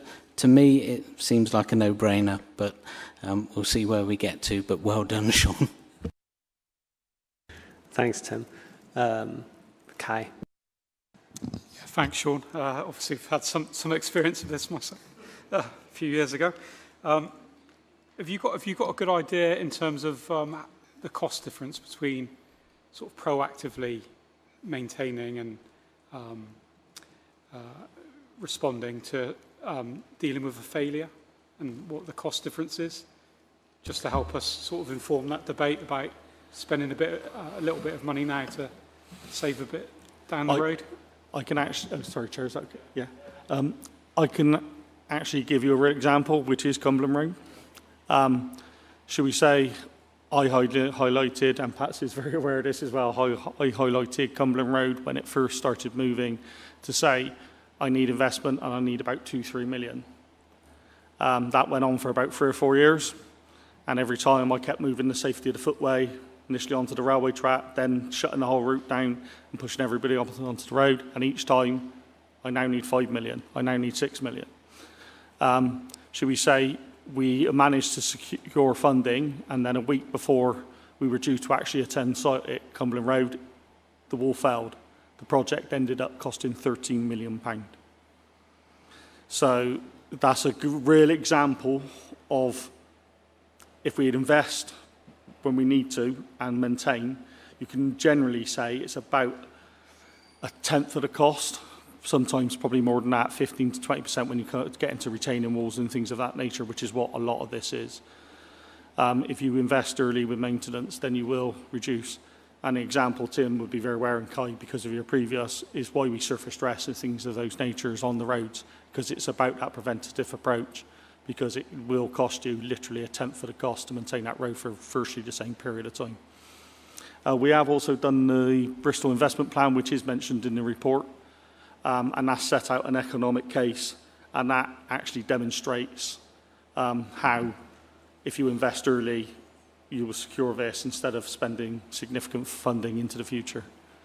I think the costs you mentioned there, they're just the cost of doing the job, but having a road closure, the cost of the economy. The cost of the economy is well beyond that, because we had to close. When it obviously collapsed, we didn't know how the impact was until we'd done some investigation. So the road was closed for about 2 months while we did that initial, because you're going to ask a pile company or a big digger company to go and put their big digger right on the edge of a road which has just collapsed into the river. They get a little nervous. So you've got to do a lot of work to make sure that what you're then approaching. So in actual fact, we're coming a road because it failed. We landed up actually piling a whole mass of piles into the actual road surface itself, so that we could actually put the equipment on to then deliver the wall, which wouldn't have been needed if we'd have got there beforehand. Thank you. Patrick. Thank you very much, Sean, and to your whole team for the work you're doing in this report. It's really useful and informative. I'll just quickly reassure Councillor Rippington that there will be finance subcommittee sessions on the capital budget, and we'll sort of dive into what we need to spend money on, as well as the difficulties in trying to spend those budgets. I think everyone agrees we need to figure out how to buck the trend of local authorities not managing to spend their full capital budgets, which is a widespread malaise with the UK, but it's certainly not an excuse. We need to be doing better on that. I was just wondering, it's brilliant that we've identified these critical risk areas. It's frustrating there are so many of them, but that's what we've got to deal with. Are we still doing active monitoring on the other areas? And I suppose how flexibly are we able to respond and incorporate new critical risks as they emerge into this programme? So yes, the team are constantly monitoring the length, hence why we did some vegetation clearance so that we could actually see. We've also got a surveyor who goes down and puts monitors on the walls so we can tell how they're reacting, hence why York Road come forward, because we could actually see it moving as the tides came in and out. And as was explained to me by the structural engineer, Sean, gravity will take over at some point, if you see what I mean, because it'll go back out one way, you get a spring tide, it'll suck it back out. What's actually happening, especially the spring tides, is the tides are overtopping the walls in places. And then because the tide goes out so fast, it causes hydrostatic pressure behind the walls and then pushes them out. So what we found, because we had it at Clarence Road a number of years ago, and that's what happened at Cumberland Road, is that it gets out, the tide goes out quickly, and all the water sits behind the wall, and then it tries to get out, and the only way it can get out is through the wall. So what it does is it pulls the wall out at the same time. So that's what we're doing here. What you've got to try and do is actually stop it, so that, or support it in such a way that the weight of it can hold the pressure behind it. Thanks. Honestly, it's a wonder that they've stayed up 200 years at this point. They built them to last back in the day. On the vegetation clearance, is there a risk that removing vegetation like roots and trees and such, which have been helping hold the walls up, is there a risk that could exacerbate the structural issues? It's different for different locations. Some of the new cut is actually cliff face.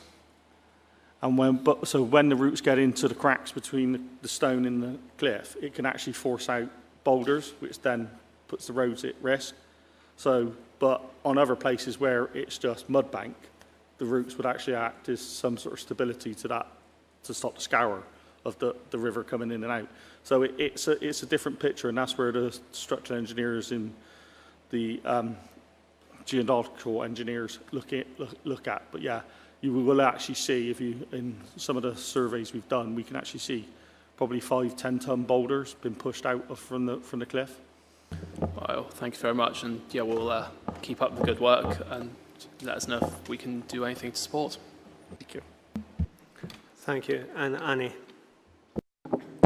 Sorry, it's a really dull paperwork question. On the papers that I'm looking at, which are through mod.gov, for item 11, the appendixes are for the events report beforehand, which is fine, but it does mean that there's no quality impact report for this item in the papers that I'm looking at. Thank you.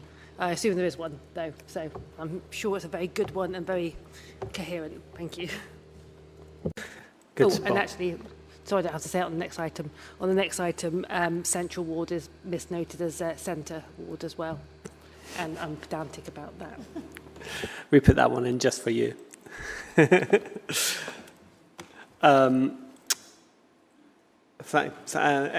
Sibs. Thanks, Sean, for bringing this. It's good to see that kind of joint up working between the harbour and transport.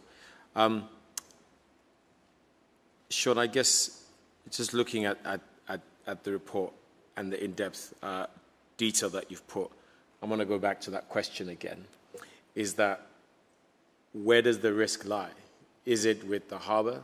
Is it with houses? Is it with transport? But where could we get additional grants to be able to support this work? Because there's a public health concern here.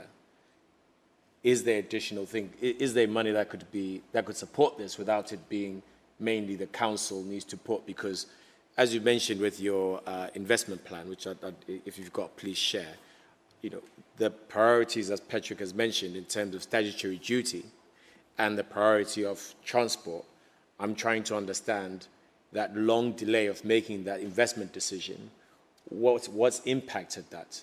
If you're able to articulate the need of invest now and save, and whatever the budgets we're thinking about focusing on statutory service versus on transport, how do you make your business case compelling enough to make sure that you get the budget that's sufficient for it without things escalating to this point?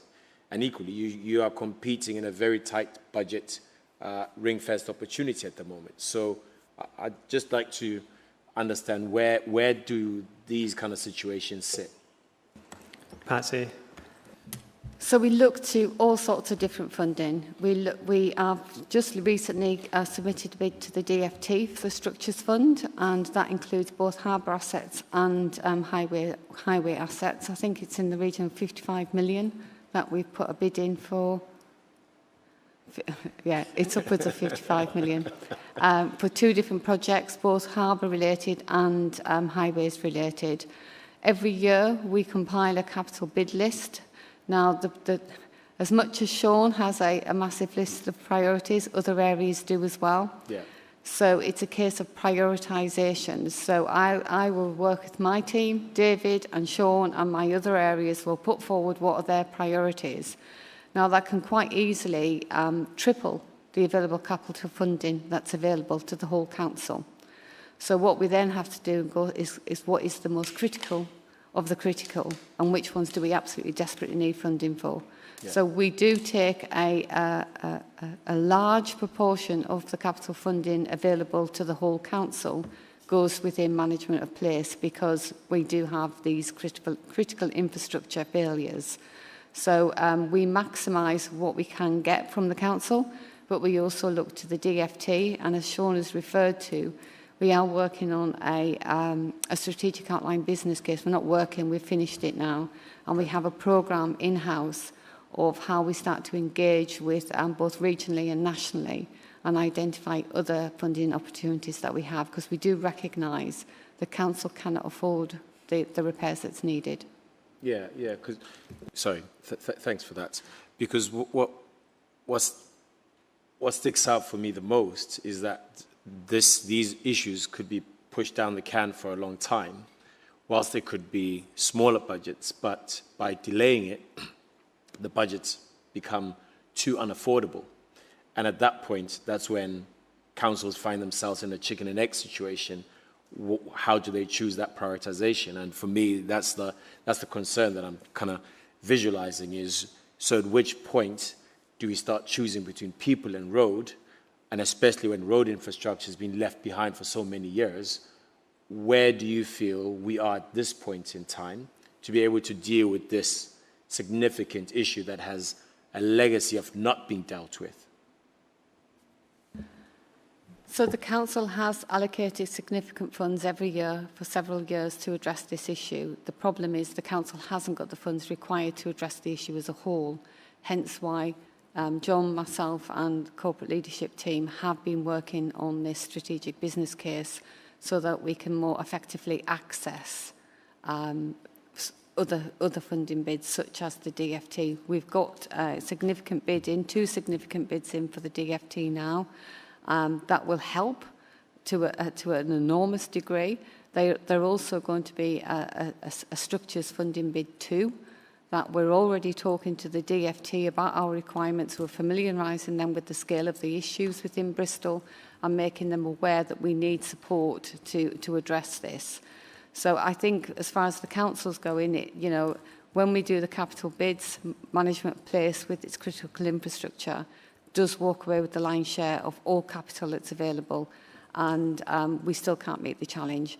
The problem is the infrastructure in Bristol was built 200 years ago, the vast majority around about the same time, and unfortunately it's failing at the same time. And we are managing to keep on top of a reactive approach. You know, you can see that through Cumberland Road, York Road, work that's going on every single year, both in highways and in the harbour. But at the end of the day, while we're fixing York Road and we fixed the area of Cumberland Road, the new cut is all built at the same time and it's all failing. So we need something that enables us to take a proactive approach and look at replacing the new cut as a whole rather than proportions of it that are failing individually. Okay. Thank you for that. That's so broad. I appreciate it. Yes, Sean. I think my core feeling is that the public don't understand that story, and the better we articulate that story, the less frustration or the more understanding we get from the public when they see roads closed and so forth and think everything is happening at one time. I think it's so important to be able to express that story so that we've got the public in a very sympathetic understanding that if it's not done now, it probably couldn't happen at any other point, as opposed to all these concerns that we keep getting, especially in Central. Thank you. Okay, thanks, Sibs. Sean, did you want to come back? And then I've got Patrick, and then I'll draw a line under this. Yeah, just to add also, you talked about how do we prioritise, how do we know?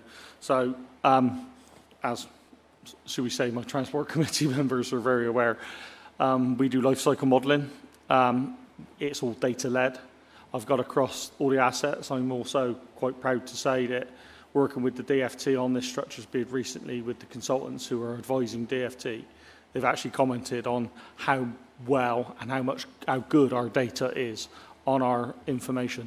That allows me, working, as Patsy says, with the teams to say, right, what do we need to spend our funding on? What is the most critical? And it is a balance between trying to do preventative and trying to spend it where it's already gone beyond the preventative, so you've got to spend that huge amount.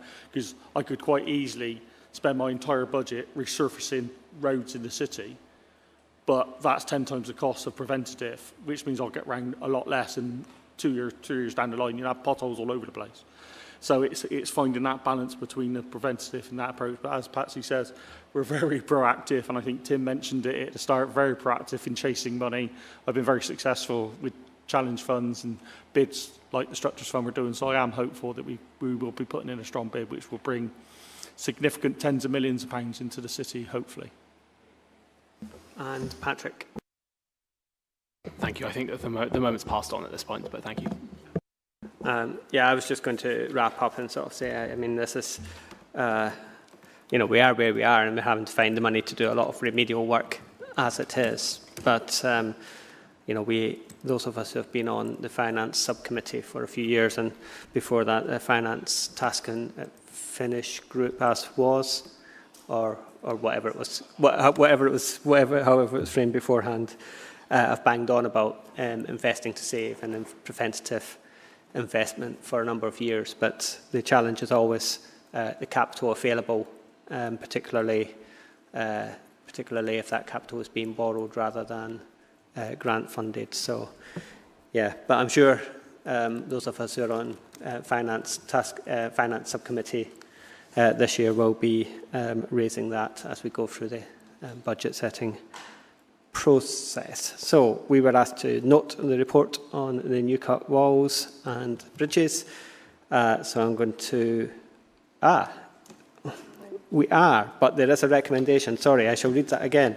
So, note the update on project progress to date, including completed works currently underway and the remaining programme, but also continue to support the delivery of the New Cut River Wall Stabilisation and New Cut Bridges refurbishment programme. So, I'm going to move that and look for a seconder. Seconded. Thank you, Patrick. And all those in favour indicate. And lovely, and that's unanimous. Thank you. Apologies, I almost thought that was a noting report. Okay, so we are moving on. We've been back at this for 15 minutes. Are we happy to keep going at this stage? I'm getting nods. Does anybody need a top-up of their water? Okay. I have a feeling we may be going into exempt. Excuse me. I have a feeling we may be going into exempt session at some point for the next two items, so that might be a useful break period. You do have a feeling, yes. Okay, we'll move on. This is a long-term opportunity for Redcliffe Wharf report. So this is to seek approval to enter into an exclusivity agreement with Bristol Temple Quarter Limited. To seek approval to enter into an exclusivity agreement with Bristol Temple Quarter Limited Liability Partnership / Muse in respect of the long-term use of Redcliffe Wharf and Phoenix Wharf. The objective of the proposed exclusivity agreement is to agree terms that deliver early redevelopment and secure long-term revenue generation through a long leasehold disposal that supports the Harbour Authority's financial objectives, and to note that once terms have been prepared, this will be brought back to the committee for a decision on whether to proceed with BTQ LLP / Muse and incorporate the site within Bristol Temple Quarter. So this does include this report does include an exempt appendix, which is Appendix E, which includes commercially sensitive information. So if the committee wishes to discuss the detail included in the exempt appendix, it is likely that we will then need to go into exempt session, in which case there is a separate room available for us, and we will traipse down the corridor to said room. To start with, we are joined by Joe Perez and Craig Mathias, and I'm going to pass across to them to introduce. If you can introduce yourselves and then present the report, that'd be great. Thank you, Chair. Hi, I'm Joe Perez. I'm the officer that drafted the report. I'm sat here with Craig Mathias, who also drafted this report. So we're here to talk about the long-term use of Redcliffe Wharf and Phoenix Wharf, which, as you know, are prominent waterfront regeneration sites located within the Harbour estate. They have been underutilised now for the past 30 years and have had several failed attempts to develop the site. Redcliffe Wharf is currently being used for the CRSTS site compound, and occupation is required until early 2028. There are two active tenancies, live tenancies on Phoenix Wharf, the Benjamin Perry Boathouse and the former fireboat station. So both those tenancies are active and ongoing. So the Harbour place shaping strategy identified opportunities, including Redcliffe Wharf, and we've highlighted the disposal of Redcliffe Wharf and Phoenix Wharf sites on a long-term basis will secure future revenue and returns for the Harbour Authority, contributing toward the priority objective of establishing a sustainable operation model, which I believe was spoken about earlier. Redcliffe Wharf was originally included within the Temple West Master Plan, which identified the importance of the site as a key connection point between Temple Meads, West, Queen's Square, the floating harbour, and the city centre. Discussions between BTQ LLP and the Harbour Authority have been ongoing about the possibility of bringing Redcliffe Wharf formally into the Bristol Temple Meads West area. In March 2025, the Economy and Skills Committee approved Redcliffe Wharf being progressed by BTQ LLP as part of the regeneration of Temple Meads West. This was subject to the agreement of a land option and meeting the statutory provisions under Section 123 of the Local Government Act 1972 to obtain best consideration. In April 2025, land options between BTQ LLP and several strategically located sites in public ownership within the area were completed. These included Redcliffe Way, City Point and Bath Road. For clarity, Redcliffe Wharf was not included in that package. In January 2026, BTQ LLP selected Muse as their private sector development partner. Muse has a proven track record with delivering comparable long-term regeneration projects within the public sector across the UK. The Council received an initial high-level proposal from BTQ LLP and partner Umberslade in February 2026. During this period, the Harbour side commercial prospectus was also issued, inviting expressions of interest for short-term meanwhile uses across various priority sites within the harbour. As part of this process, an unsolicited high-level proposal for the long-term use of Redcliffe Wharf was also received from a specialist leisure operator. In March 2026, the Council appointed Savills with the intention to gather more information, assess the commerciality and deliverability of the now 2 proposals that were on the table. Savills concluded both proposals remained high level and did not provide sufficient level of detail to fully assess and scrutinise. Excuse me. This conclusion was reported at the Growth and Regen EDM on the 6th of May 26. It was suggested not to proceed with the unsolicited proposal and to enter into a time-limited period of exclusivity with BTQ, LLP and Muse, and allow time to develop a detailed financial proposal and draft heads of terms that meets the Harbour Authority's objectives. These suggestions were endorsed by Savills.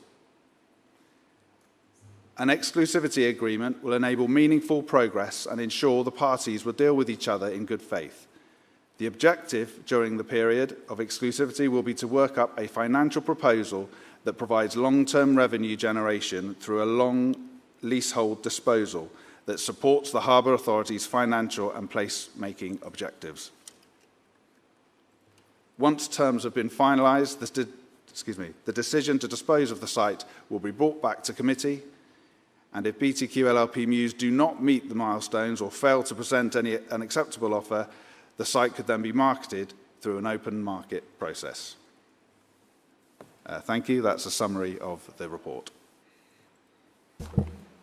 Thank you very much for that. Now, I understand some members haven't got the access to the exempt appendix in mod.gov, so Ash is sorting that out for those that have indicated, but if anybody else is having any problems, do.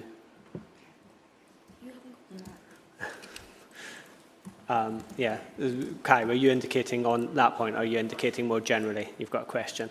Has everybody else got access to the exempt appendices, or, getting access? Fine. Okay. Right. Kai, then, I'll come to you first. Yeah, thanks for the report. I'm generally quite supportive of the approach outlined here, but I do have some concerns because things are a little bit different with this committee. Obviously, we're a ring-fenced account with the land, and the key priority for this committee would be ongoing revenue generation. Yeah. So I'm not going to get into the detail of what is probably like the high-level proposal from Muse, but there's a large element of that where I don't see where the ongoing revenue comes from. I can see where maybe it's a one-off receipt or something like that. But I don't think that's what we really want as a committee. So I'm just a little bit worried that they don't get the brief from us as the Harbour Committee. Yeah. So it might be the sort of general brief from the wider council. I think the brief from this committee would be ongoing revenue coming forward from that piece of land. So I don't think it quite matches up with what I can see in the high level proposal. So Patsy wants to come in and. Just to reassure you, Councillor, that is the focus of all negotiations. Savills and Joe and Craig are working on that basis, that what is the most important thing to the harbour is the ongoing revenue to the harbour, and all negotiations and conversations that Joe and Craig have had is in relation to that. We haven't entered into any discussions at all. In fact, we've made it clear that we're not prepared to have discussions around one-off payments. It is ongoing revenue. Thank you, Patsy. That's correct. Forgive me, I didn't make that clear. Yeah, this will be on an ongoing, essentially a rental type basis rather than a premium or one-off payment. So this will be an ongoing payment. So in that model, I don't see how like a residential development would work. Because if it was, for example, if it was like office, shops, retail, I can understand that because we'll get a rental income from that. But sort of a residential option, I don't see how we, unless we're renting those properties out on a commercial basis, I don't see how we get a return. But in terms, Can you hear me? So in terms of the discussions with Muse, the LLP, the makeup of that scheme is still to be determined. Obviously, there is an implemented planning consent, which has consent for 45 residential units, 3 affordable and commercial. Part of the discussions with Muse LLP will very much be to refine their proposals for the scheme and to actually work through the financial opportunities and provisions. You're right in saying that residential doesn't necessarily generate a revenue stream, so we will obviously be encouraging the party to consider alternative revenue generating schemes which would be long-term secure for the harbour. Thank you, Craig. John wants to come in. Yes, thank you. Hi guys, sorry. I don't think I was introduced before. I'm John Smith. I'm the Executive Director for Growth and Regeneration. So I obviously have responsibilities towards the harbour and the ring-fenced account, but also wider responsibilities, including towards Temple Quarter, as I think most of the harbour know. So I came along to the first Harbour Committee Chair, didn't I, and we talked about this matter. And just to reassure you, I think I received 2 messages loud and clear from the committee, which is always helpful. So the first one was that revenue was the crucial element of this deal, and that has been, as Patsy said, has been part of the discussions and will continue to be.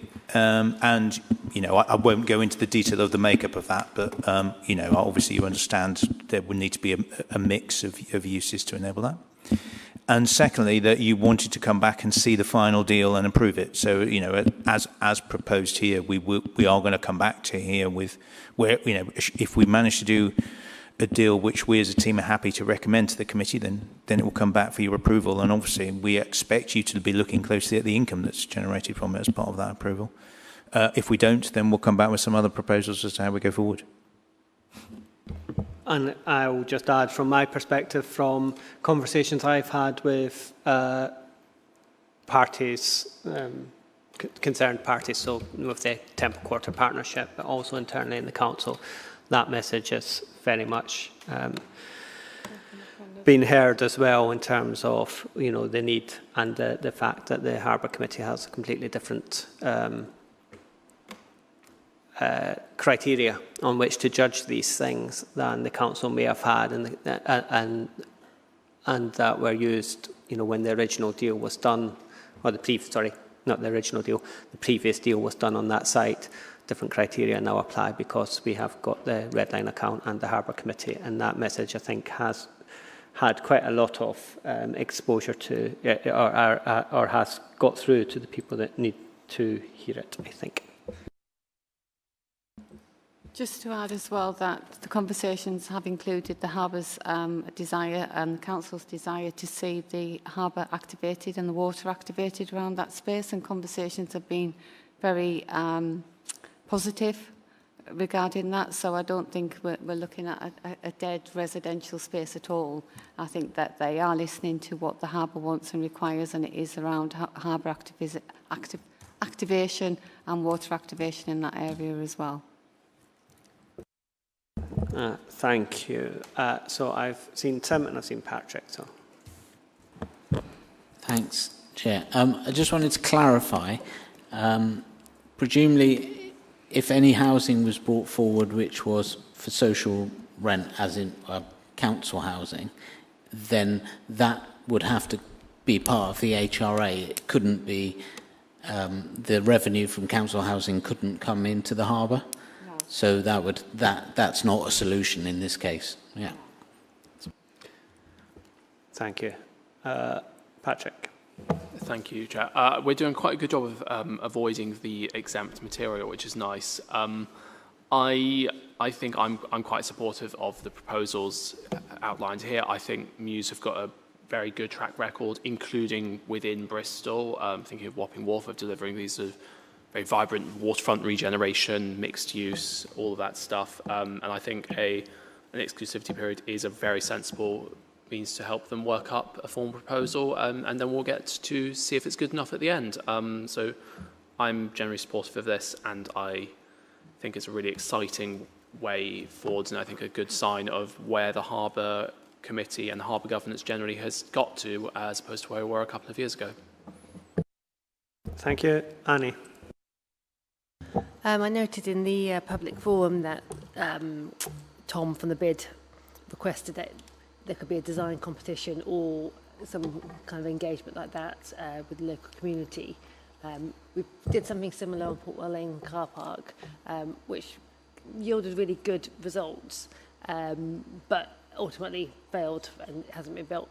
I think it would be quite good if something like that was involved in it, not least because bringing the local community along there and harbour users generally will be very good in terms of community cohesion around the harbour and hold off delays from people objecting and that sort of thing if they feel engaged with the eventual outcome. Thanks, Andy. I'd suggest maybe you speak to Muse on that, or BTQ. I know that views of design competitions vary, actually, in terms of the utility of them and whatever. But also I know that Muse, BTQ/Muse are working at pace to produce a master plan for Temple Quarter West, which may or may not include this section, depending on future committee decisions. So you might have to speak to them quickly.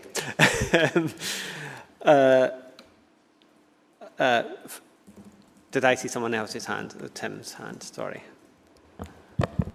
Yeah, apologies. Another question. It says in the report, section 14, it says both parties submitted updated proposals and clarifications, but Savills concluded that both proposals remained high level and didn't provide a sufficient level of detail. So can I just check that we're happy that our reasoning for going with one of those and asking them for more detail, but not going to the other one and asking for more detail, is sufficiently robust that there would be no comeback on that? This obviously relates to the exempt appendix, so are you able to answer it without us having to go down the corridor, or? Yeah, let me have a go. So I think there's two different things going on here, Councillor. The Economy and Skills Committee went through a process where it considered this issue and gave a clear mandate to us as officers to get on and have a discussion with Temple Quarter about the use of Redcliffe Wharf. There's obviously been a procurement process associated with Temple Quarter as well. Separately, and as part of the work of this committee, the commercial prospectus for short-term use went out related to Redcliffe Wharf. So that was only for short-term use. What came back was what we've been working on is the ongoing discussions as authorised by the Economy and Skills Committee, and what actually came back was some unsolicited longer-term uses for Redcliffe Wharf. So I think from a procurement basis and a delegation basis, we're on solid ground with what we're proposing here. But again, I come back to we'll advise further when we actually get a final proposal at the end of this process and come back to the committee. Okay, Sibs. Thanks, and it's good to finally get something. I don't have the confidential report, so I'm just going to stick to what I have. Maybe what I'm saying is part of that. I don't know until I have it, so we'll see. Either way, it's quite positive to see this scheme or proposal come forward. I guess for me, I'm quite interested in the relationship that this then develops, both in terms of the boaters community, the South Redcliffe residents, and the North Redcliffe residents, and how this actually creates a unique opportunity for Redcliffe that has been a nearly missed opportunity for a number of years. Such space does need careful consideration, both in terms of what the harbour needs, but also in terms of what the city needs.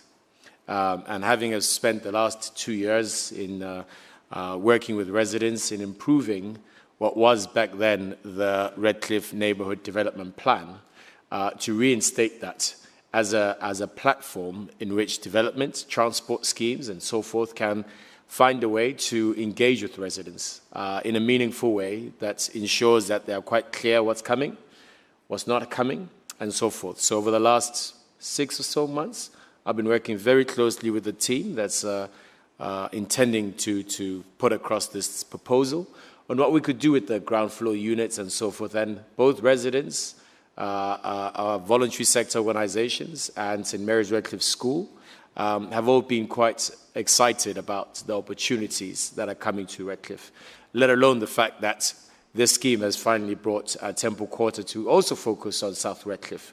We've got the Pewit Street work, we've got the Redcliffe Way work, and this, I think this is providing a magnificent jigsaw puzzle that's coming together. So I do support this, and really think the residents would also acknowledge or support things that they are involved in. So I hope that within this 9 months period, we can see some of that engagement happen on the floor. Thanks. Thank you, Sibs. Any other comments, questions? Kai? Yeah, I just feel like I need to double down on that residential point, because I don't really envisage us a report coming back here with residential in it. We're going to expect at least 40% affordable house because it's on our own land, and I just don't see how a residential proposal works with what we're after, really. And I just want to. I don't know. People may disagree with me, but I just don't see how it works for us. So I would like to see, if they're working up options, I would like to see a purely, okay, you can maybe work up an option with residential in it for us to look at, but I'd like to see a purely commercial option as well, with retail, office space, restaurants, that kind of thing. Because I don't think you would meet the test with residential. With us as members of the Harbour Authority, but also with what we're looking for in terms of affordable housing as well, because it's quite a difficult site, and I think the previous scheme fell foul of that as well. So yeah, obviously people are entitled to disagree and have their own views. That's my view. Thanks, Kai. I think, Councillor, we're going to go off and do this negotiation, and we've set up a structure where we have an exclusivity period, and we need to come back with something we can recommend. I would really not want to have our hands constrained at this stage around the options, how we do that. I mean, I think we've undertaken to come back to the committee with the proposal, and we'll have to get to a point where we think it generates sufficient income that we can justify that as a site within the harbour. It is, I have to say, it is likely to have some residential. I mean, that is obviously a key part of the Temple Quarter development, and that is what I expect. But I think it's going to be quite difficult for us if you give us a list of things that you want at this stage. Thanks, Sean. Patrick? Yeah, I think that'll be challenging for us then, especially if it's doesn't meet the affordable housing percentage. So I personally would expect 40% if it was on our own land, in line with policy. Right, thank you. Yeah, I just wonder if we come back on that, because, I mean, Temple Quarter will have a planning consent in outline for all of its sites.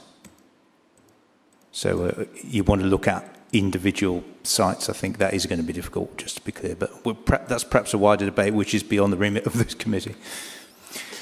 I would emphasise to the committee, this is quite a delicate and difficult balancing act, obviously, because we have what is here as a major regeneration scheme for the city, which has wider benefits, and we have what we take hugely seriously, which is the harbour's statutory ring fence as well. So we've been walking that and trying to live through that difficult balance. I would say we'll work really hard, and we'll brief you in between time as well. Happy to do that.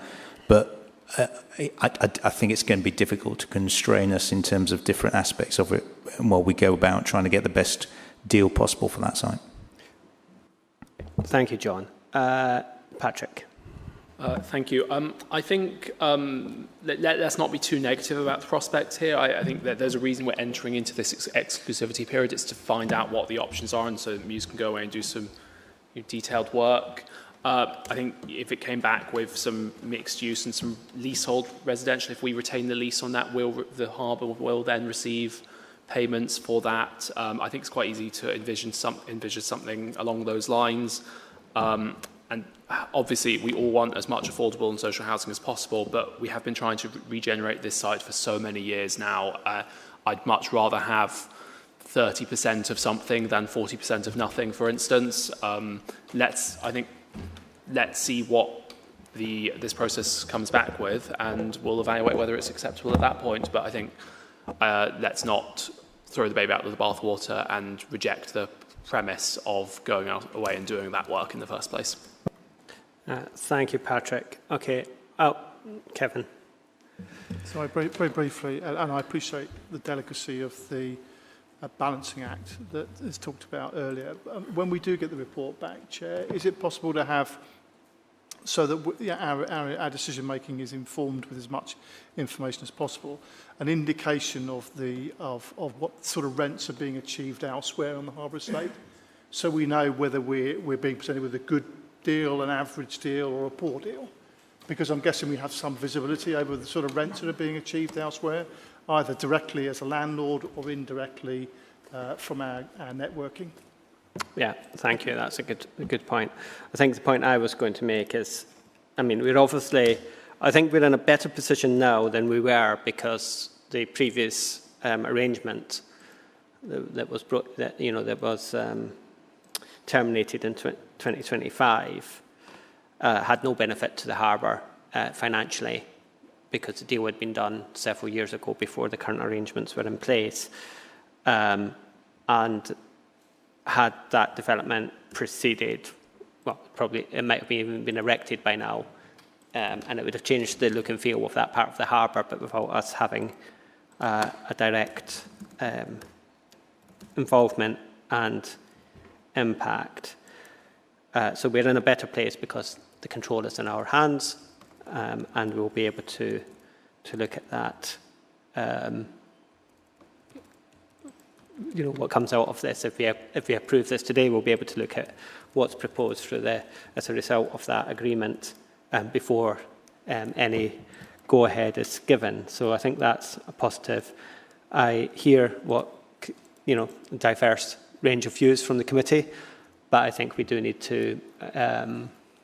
So I think we do need to arrange briefings as we go along this process in terms of what is being proposed and how that, what options are being looked at and at what impact they have on the harbour, so that we, so that we can make an informed judgment when it comes back to us in due course.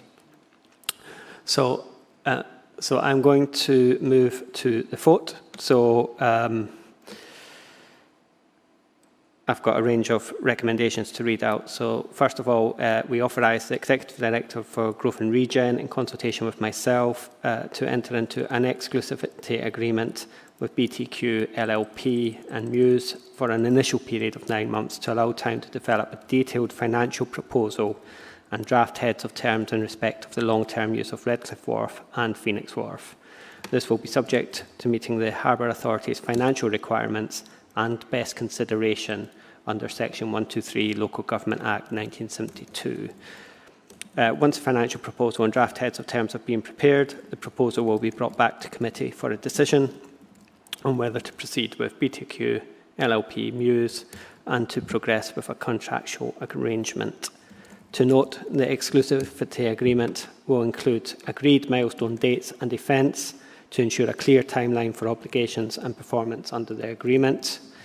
And to also note, in the event of an acceptable agreement not being achieved within the exclusivity period, it is recommended that the site is then offered through an open market process by way of the most appropriate marketing method. So those are the 4 recommendations. So I'm going to move those and look for a seconder. Seconded. Thank you, Patrick. Members in favour, if you can indicate.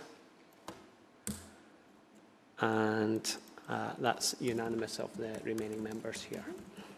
Okay, thank you very much, everyone. So, do we want another comfort break, or do we press on with the last item? Yeah, I would welcome a comfort break as well, but I think it's always fair to check with members. So shall we make it slightly shorter and make it, what time is it now? 17:30. Well, shall we say 17:40 to come back? So 10 minutes.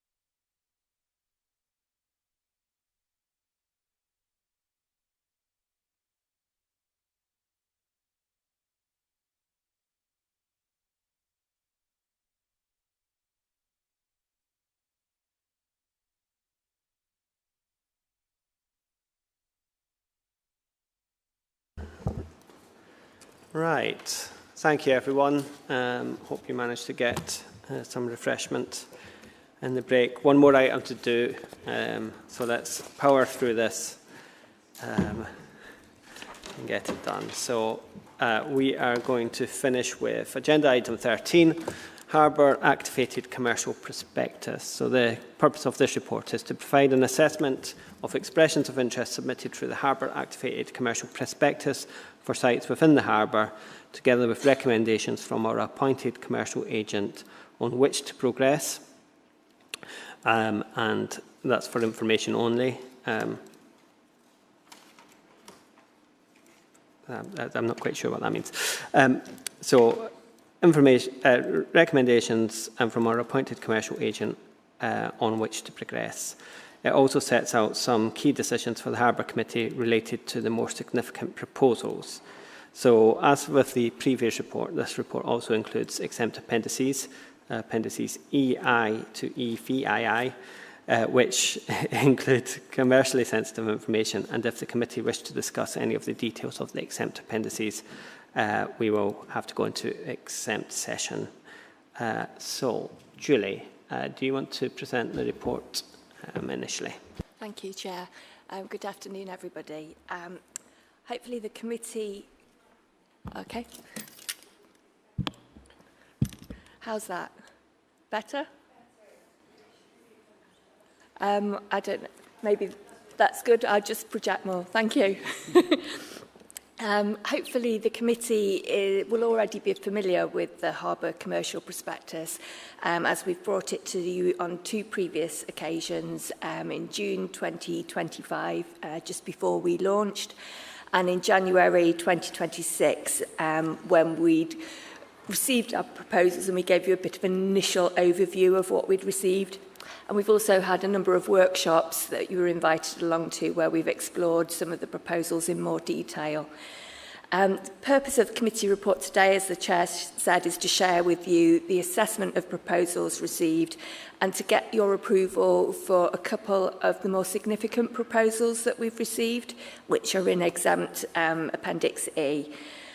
We've kept all the details of proposals confidential today, and we will intend to continue to do that until they're in contract. And so in terms of the evidence base, we launched the prospectus back in September 2025. It contained 19 sites, half of which were on land and half of which were on water. And we launched it via a new dedicated Harbour Activated website. The market response has been very strong, and that has been great, but it's also meant that it's taken us longer than expected to assess proposals. And to help us in that assessment process, we appointed Colliers International, who are a local-based agents who have a specialism in the leisure sector, together with 4th Street, who were part of the consultant team who helped us develop the harbour place shaping strategy. So they've helped us with that assessment. The intention of the prospectus is to generate sustainable income for the Harbour Authority and advance the vision in the harbour place shaping strategy. That's a 20-year strategy for the harbour, and it was endorsed at committee back in February 2025. The Harbour Authority is currently progressing recommendations in Section 5 of the report prepared by Colliers and 4th Street for the smaller proposals. So we're doing that in line with the existing scheme of delegations, and that's been helped enormously by Richard joining the team 2 months ago as the commercial manager. That's really helped us kind of start getting to grips with those schemes. Colliers has been retained to help develop agreed commercial terms and with the shortlisted applicants for some of the more significant proposals, and the best and final offers can be found in Appendix E3 for those. An unsolicited proposal has been received for a site that was not included in the Harbour Activated Commercial Prospectus. This is for a visitor attraction at Prince's Wharf, which occupies both land and the water space in the vicinity of the M Shed. Due to the high-profile nature of the proposal, the Harbour Authority is seeking a steer from the committee whether this should be progressed, and details of that proposal are provided in exempt Appendix E 4 to 7. So just to recap on the officer recommendations, we're seeking that the Harbour Committee, 1, notes the Stage 1 evaluation of proposals report prepared by Colliers International on 4th Street. 2, notes that recommendations in the Colliers Stage 1 evaluation of proposals report are already being progressed, with leases for the smaller short-term proposals being approved by the head of Bristol Harbour Services and the Director of Management in line with the existing scheme of delegations. 3, approves recommendations in the Stage 2 evaluation of significant proposals report on which proposals to progress through to heads of terms. And 4, approves the progression of the proposal for a visitor attraction at Prince's Wharf, subject to the promoter bearing all planning, funding, construction and commercial risk, and submitting a best and final offer to the Harbour Authority, which is acceptable to it. So that summarises the main report, and obviously there's an opportunity, should you wish to take it, to discuss the confidential material on individual proposals in more detail. Thank you, Chair. Thank you very much, Julie. I just want to, before we get into the detail of this, and thank you for the work that you've done on this. You know, for those, for Tim, obviously as a newer member, of the committee, that going back to the harbour place shaping strategy was obviously a significant piece of work in our first year as a committee, and the work that's been done to build on that and to actually actively seek proposals for these sites around the harbour, which will aid not just, and I think we need to be clear on this, it's not just about the financial benefit that it could have to the harbour account, which obviously a key thing, and there's no getting away from that. And we talk a lot about the ring-fenced account and getting towards financial sustainability. And having more commercial activity obviously means that we can diversify the source of that financial sustainability beyond the traditional those traditional stakeholders that have paid the majority of fees within the ring-fenced account over the past number of years.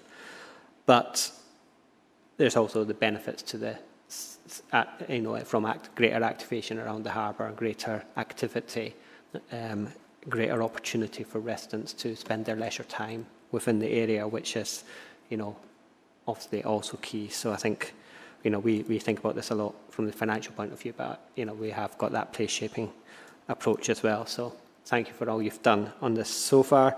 And just to remind members, there is obviously a lot in the exempt appendices. So, happy if we do want to discuss those, that you flag that up and that we go into exempt session. Maybe start with our higher level comments and then see where we go. But, just be aware of where you're treading when you're and flag up if you want to cover that exempt info. Patrick, I've got you first.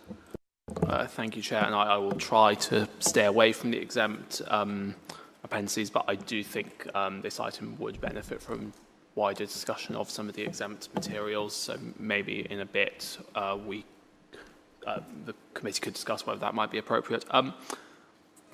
I'll echo Councillor Brown's comments there. Thank you so much for the incredible amount of work that's gone into this. I think it's a really exciting visualisation and expression of Bristol's attractiveness as somewhere to invest and try and build quite innovative facilities in some cases. I am hugely excited at the prospect of taking a lot of this forwards. I'm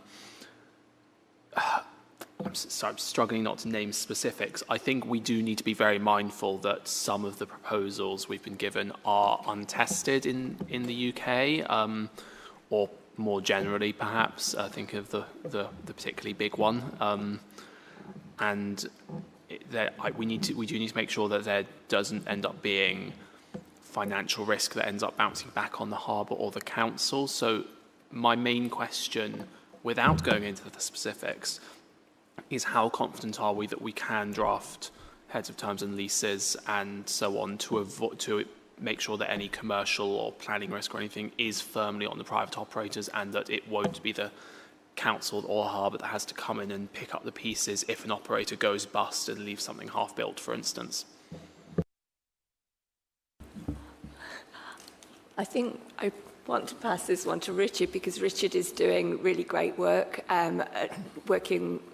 drafting these early heads of terms. And yes, as you say, we're not, with the planning risk, one of the proposals has taken pre-application advice, so we've got an initial feel for some of the likely planning issues, but some of those issues will emerge only once we get into the planning process, and I think we need to be alive to that within any kind of agreement with the operators. I think just to add to that, Councillor, that we can be very confident in two, not so in the big one, as you described, from a commercial perspective, simply because, as you mentioned, it's untested, and a lot of what I've seen so far doesn't stack up. Thanks for that clarification. I think that will probably be something we need to discuss in exempt session. Any other comments? I think it's clear we're probably going to end up in exempt session, but any high-level comments at the moment, Kai? Can I just ask about the process that got us here? I've been obviously very supportive of this approach with the prospectus. We've done it with other things in the past, and I think it's a good approach for the council. But we very much positioned it as meanwhile use across the Harbour estate, and we've got proposals that have come forward, what I would describe as permanent proposals.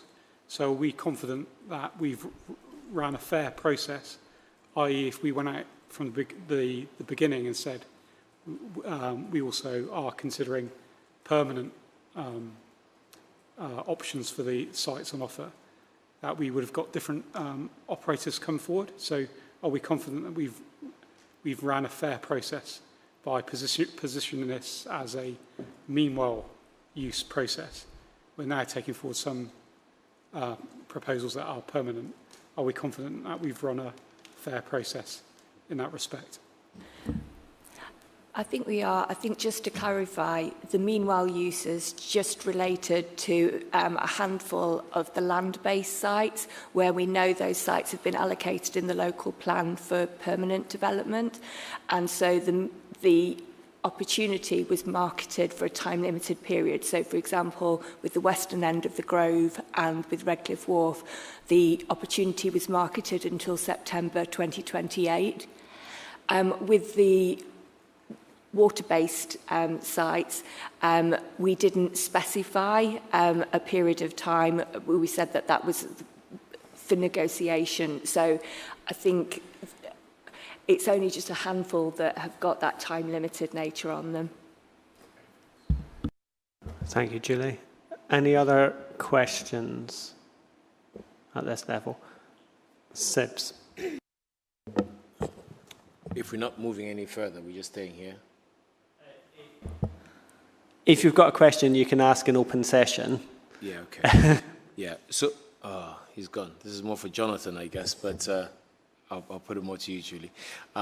So going back again to the thing about events and understanding our audience better, and I guess in this sense, understanding our leaseholders better, yeah, or our meanwhile use and activation and access that this will be providing. How would we ensure that we capture the impact of what these businesses would be kind of providing? And also some of them would be, are saying that they'll provide some community benefit. How are we going to ensure that that's captured so we can better understand the impact of this pilot, or, you know, yeah.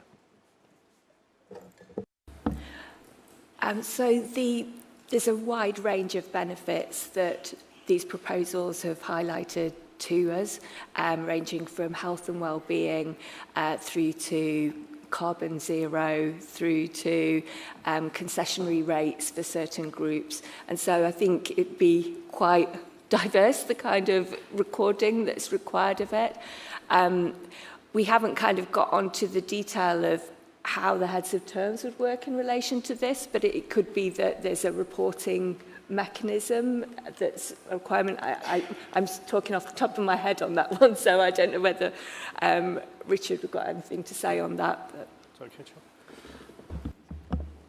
So it will be present in the heads of terms and the lease as such that these operators will have to contribute to harbour life, harbour activity, and depending on the agreement, certain elements of use for the public in Bristol and different rates potentially for some of the people in Bristol to go and use some of those facilities. So those are still open discussions that we're continuing to have, but they will be present in the heads of terms and eventually the leases if we move to that stage. So I think it'd be nice to see a consistency of some sort of KPI. Yes, they are all different vendors in one way or another, but at least they can choose from a catalogue of KPIs, and then that's something that you bring back to understand what's the impact that they're having. It could be at least every 9 months or a year or whatever, just to better see if what they've said from the application is what they're doing at the point of their delivery. Otherwise, we can just get lost in the new glim and glamour that they are proposing when we, kind of involved in it. Do you have the capacity for that? Maybe that's more. Yes, absolutely. I think that's something that we can include and look at. What I would say is that these operators provide very different services, so we will have to look on a one-by-one basis and try and establish how we can do that. But I think it's a really valid point and something that we should be looking at as we move to lease and agreement. Thank you. Okay, thank you. Anybody got anything else for open session? I'm not seeing anything. Would we like to go to exempt session? Yeah. Okay. So, I'm just going to ask the clerk a technical question before I come back to you.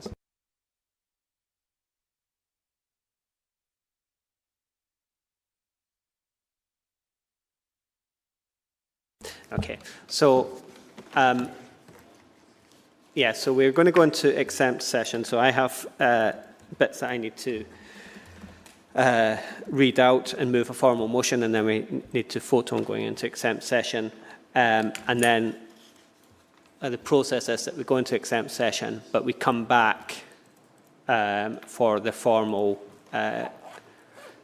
vote on the overall motion in public. So it's up to you in the public gallery whether you stick around and wait on us coming back, or whether you go and watch it on YouTube, go home and watch it on YouTube or whatever.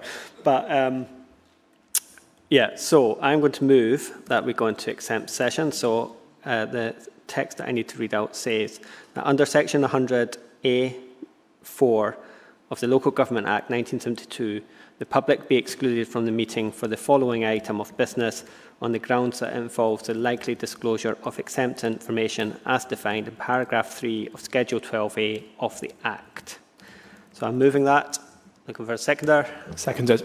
Thank you. And those in favour of going into exempt session? That is unanimous. That is unanimous now. So we'll go into exempt session. So those of us committee will go down to room 1P04. I'm told that room has had heat, been basking in heat all day. So be prepared.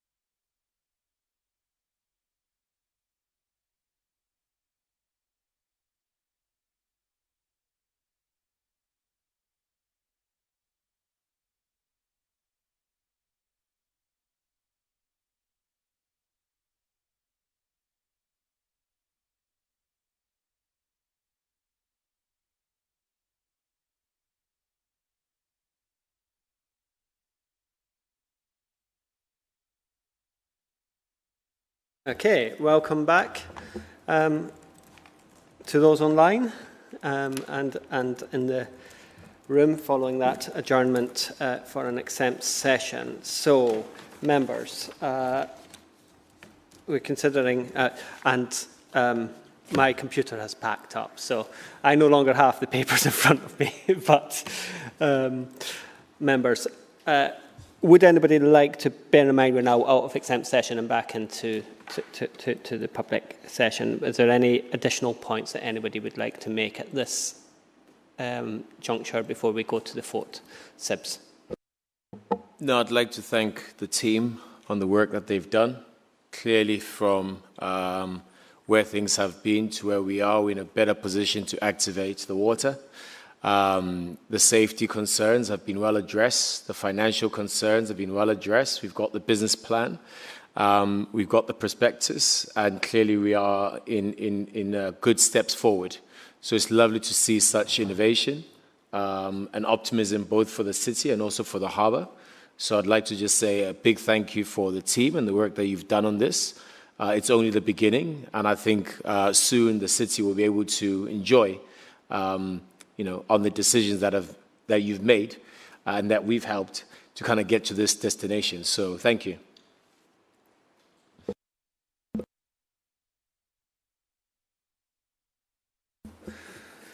Thank you, Chair. I'll echo Councillor Shabalala's point there. Thank you again to the team for all your continuing hard work on this. It's hugely exciting. Regarding the officer recommendations, I'm fully in support of recommendations 1 to 3. I think my response for recommendation 4 is probably along the lines of maybe not yet, or not at this juncture, but maybe if in future as we progress plans to that area more, it might be more appropriate to take another more detailed look at it. Okay. Oh, thank you, Patrick. Anybody else? No. I mean, I want to thank the team as well. I'm not going to repeat everything Sib said because he articulated it quite well, but there's been an extensive piece of work, and there are a number of exciting opportunities in here, and it'll be interesting to see them progress. There might be other opportunities which, as Patrick said, may be progressed in future, but we'll see how the vote goes. So I'm going to go through the vote. I'm going to take each individual recommendation in turn. We're going to I'm also going to propose a slight tweak to the wording of the third recommendation when we get to it, if members are happy. So, first of all, the first thing to note is that we note the Stage 1 evaluation of proposals reported. Note the Stage 1 evaluation of proposals report prepared by Colliers International in 4th Street, which was Appendix E exempt. So, are we happy to note that? We don't normally take a vote on noting, so I'm going to consider that noted, yeah. And again, another notes for recommendation 2, which is notes that recommendations in the Collier Stage 1 evaluation of proposals report are already being progressed, with leases for the smaller short-term proposals being approved by the head of Bristol Harbour Service / Director of Management in line with the existing scheme of delegations. So we'll consider that noted. So then we come to recommendation 3, and this is where I'm going to make suggested tweak. So it currently reads, approves recommendations in the Stage 2 evaluation of significant proposals report on which proposals to progress through to heads of term. And we're going to add in a line that says, and approves proceeding with the backup proposal should the preferred occupier not progress for any reason. So that gives the team options should that particular proposal fall through. Can I move that recommendation with that amendment and ask for someone to second it? Seconded. Thank you, Patrick. And can I ask for votes in favour of that recommendation? Thank you very much. That's unanimous with everyone that's still here.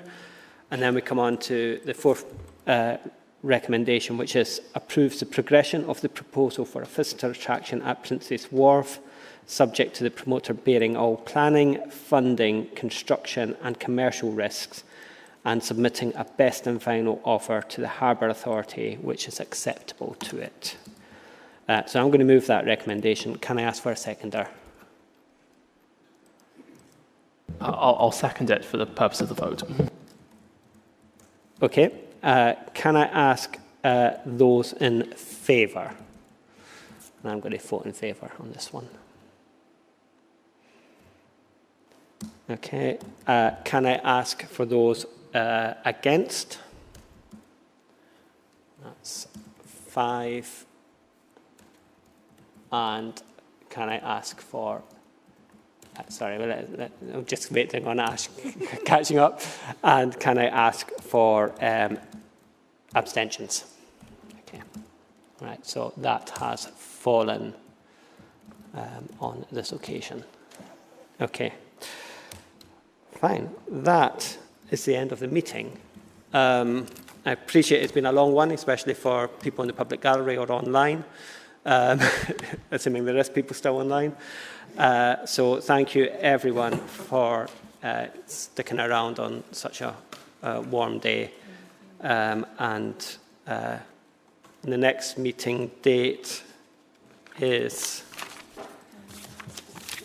in September. Is that right? So we'll reconvene in 15th of September. On Tuesday, the 15th of September. So thank you, everyone. Bye.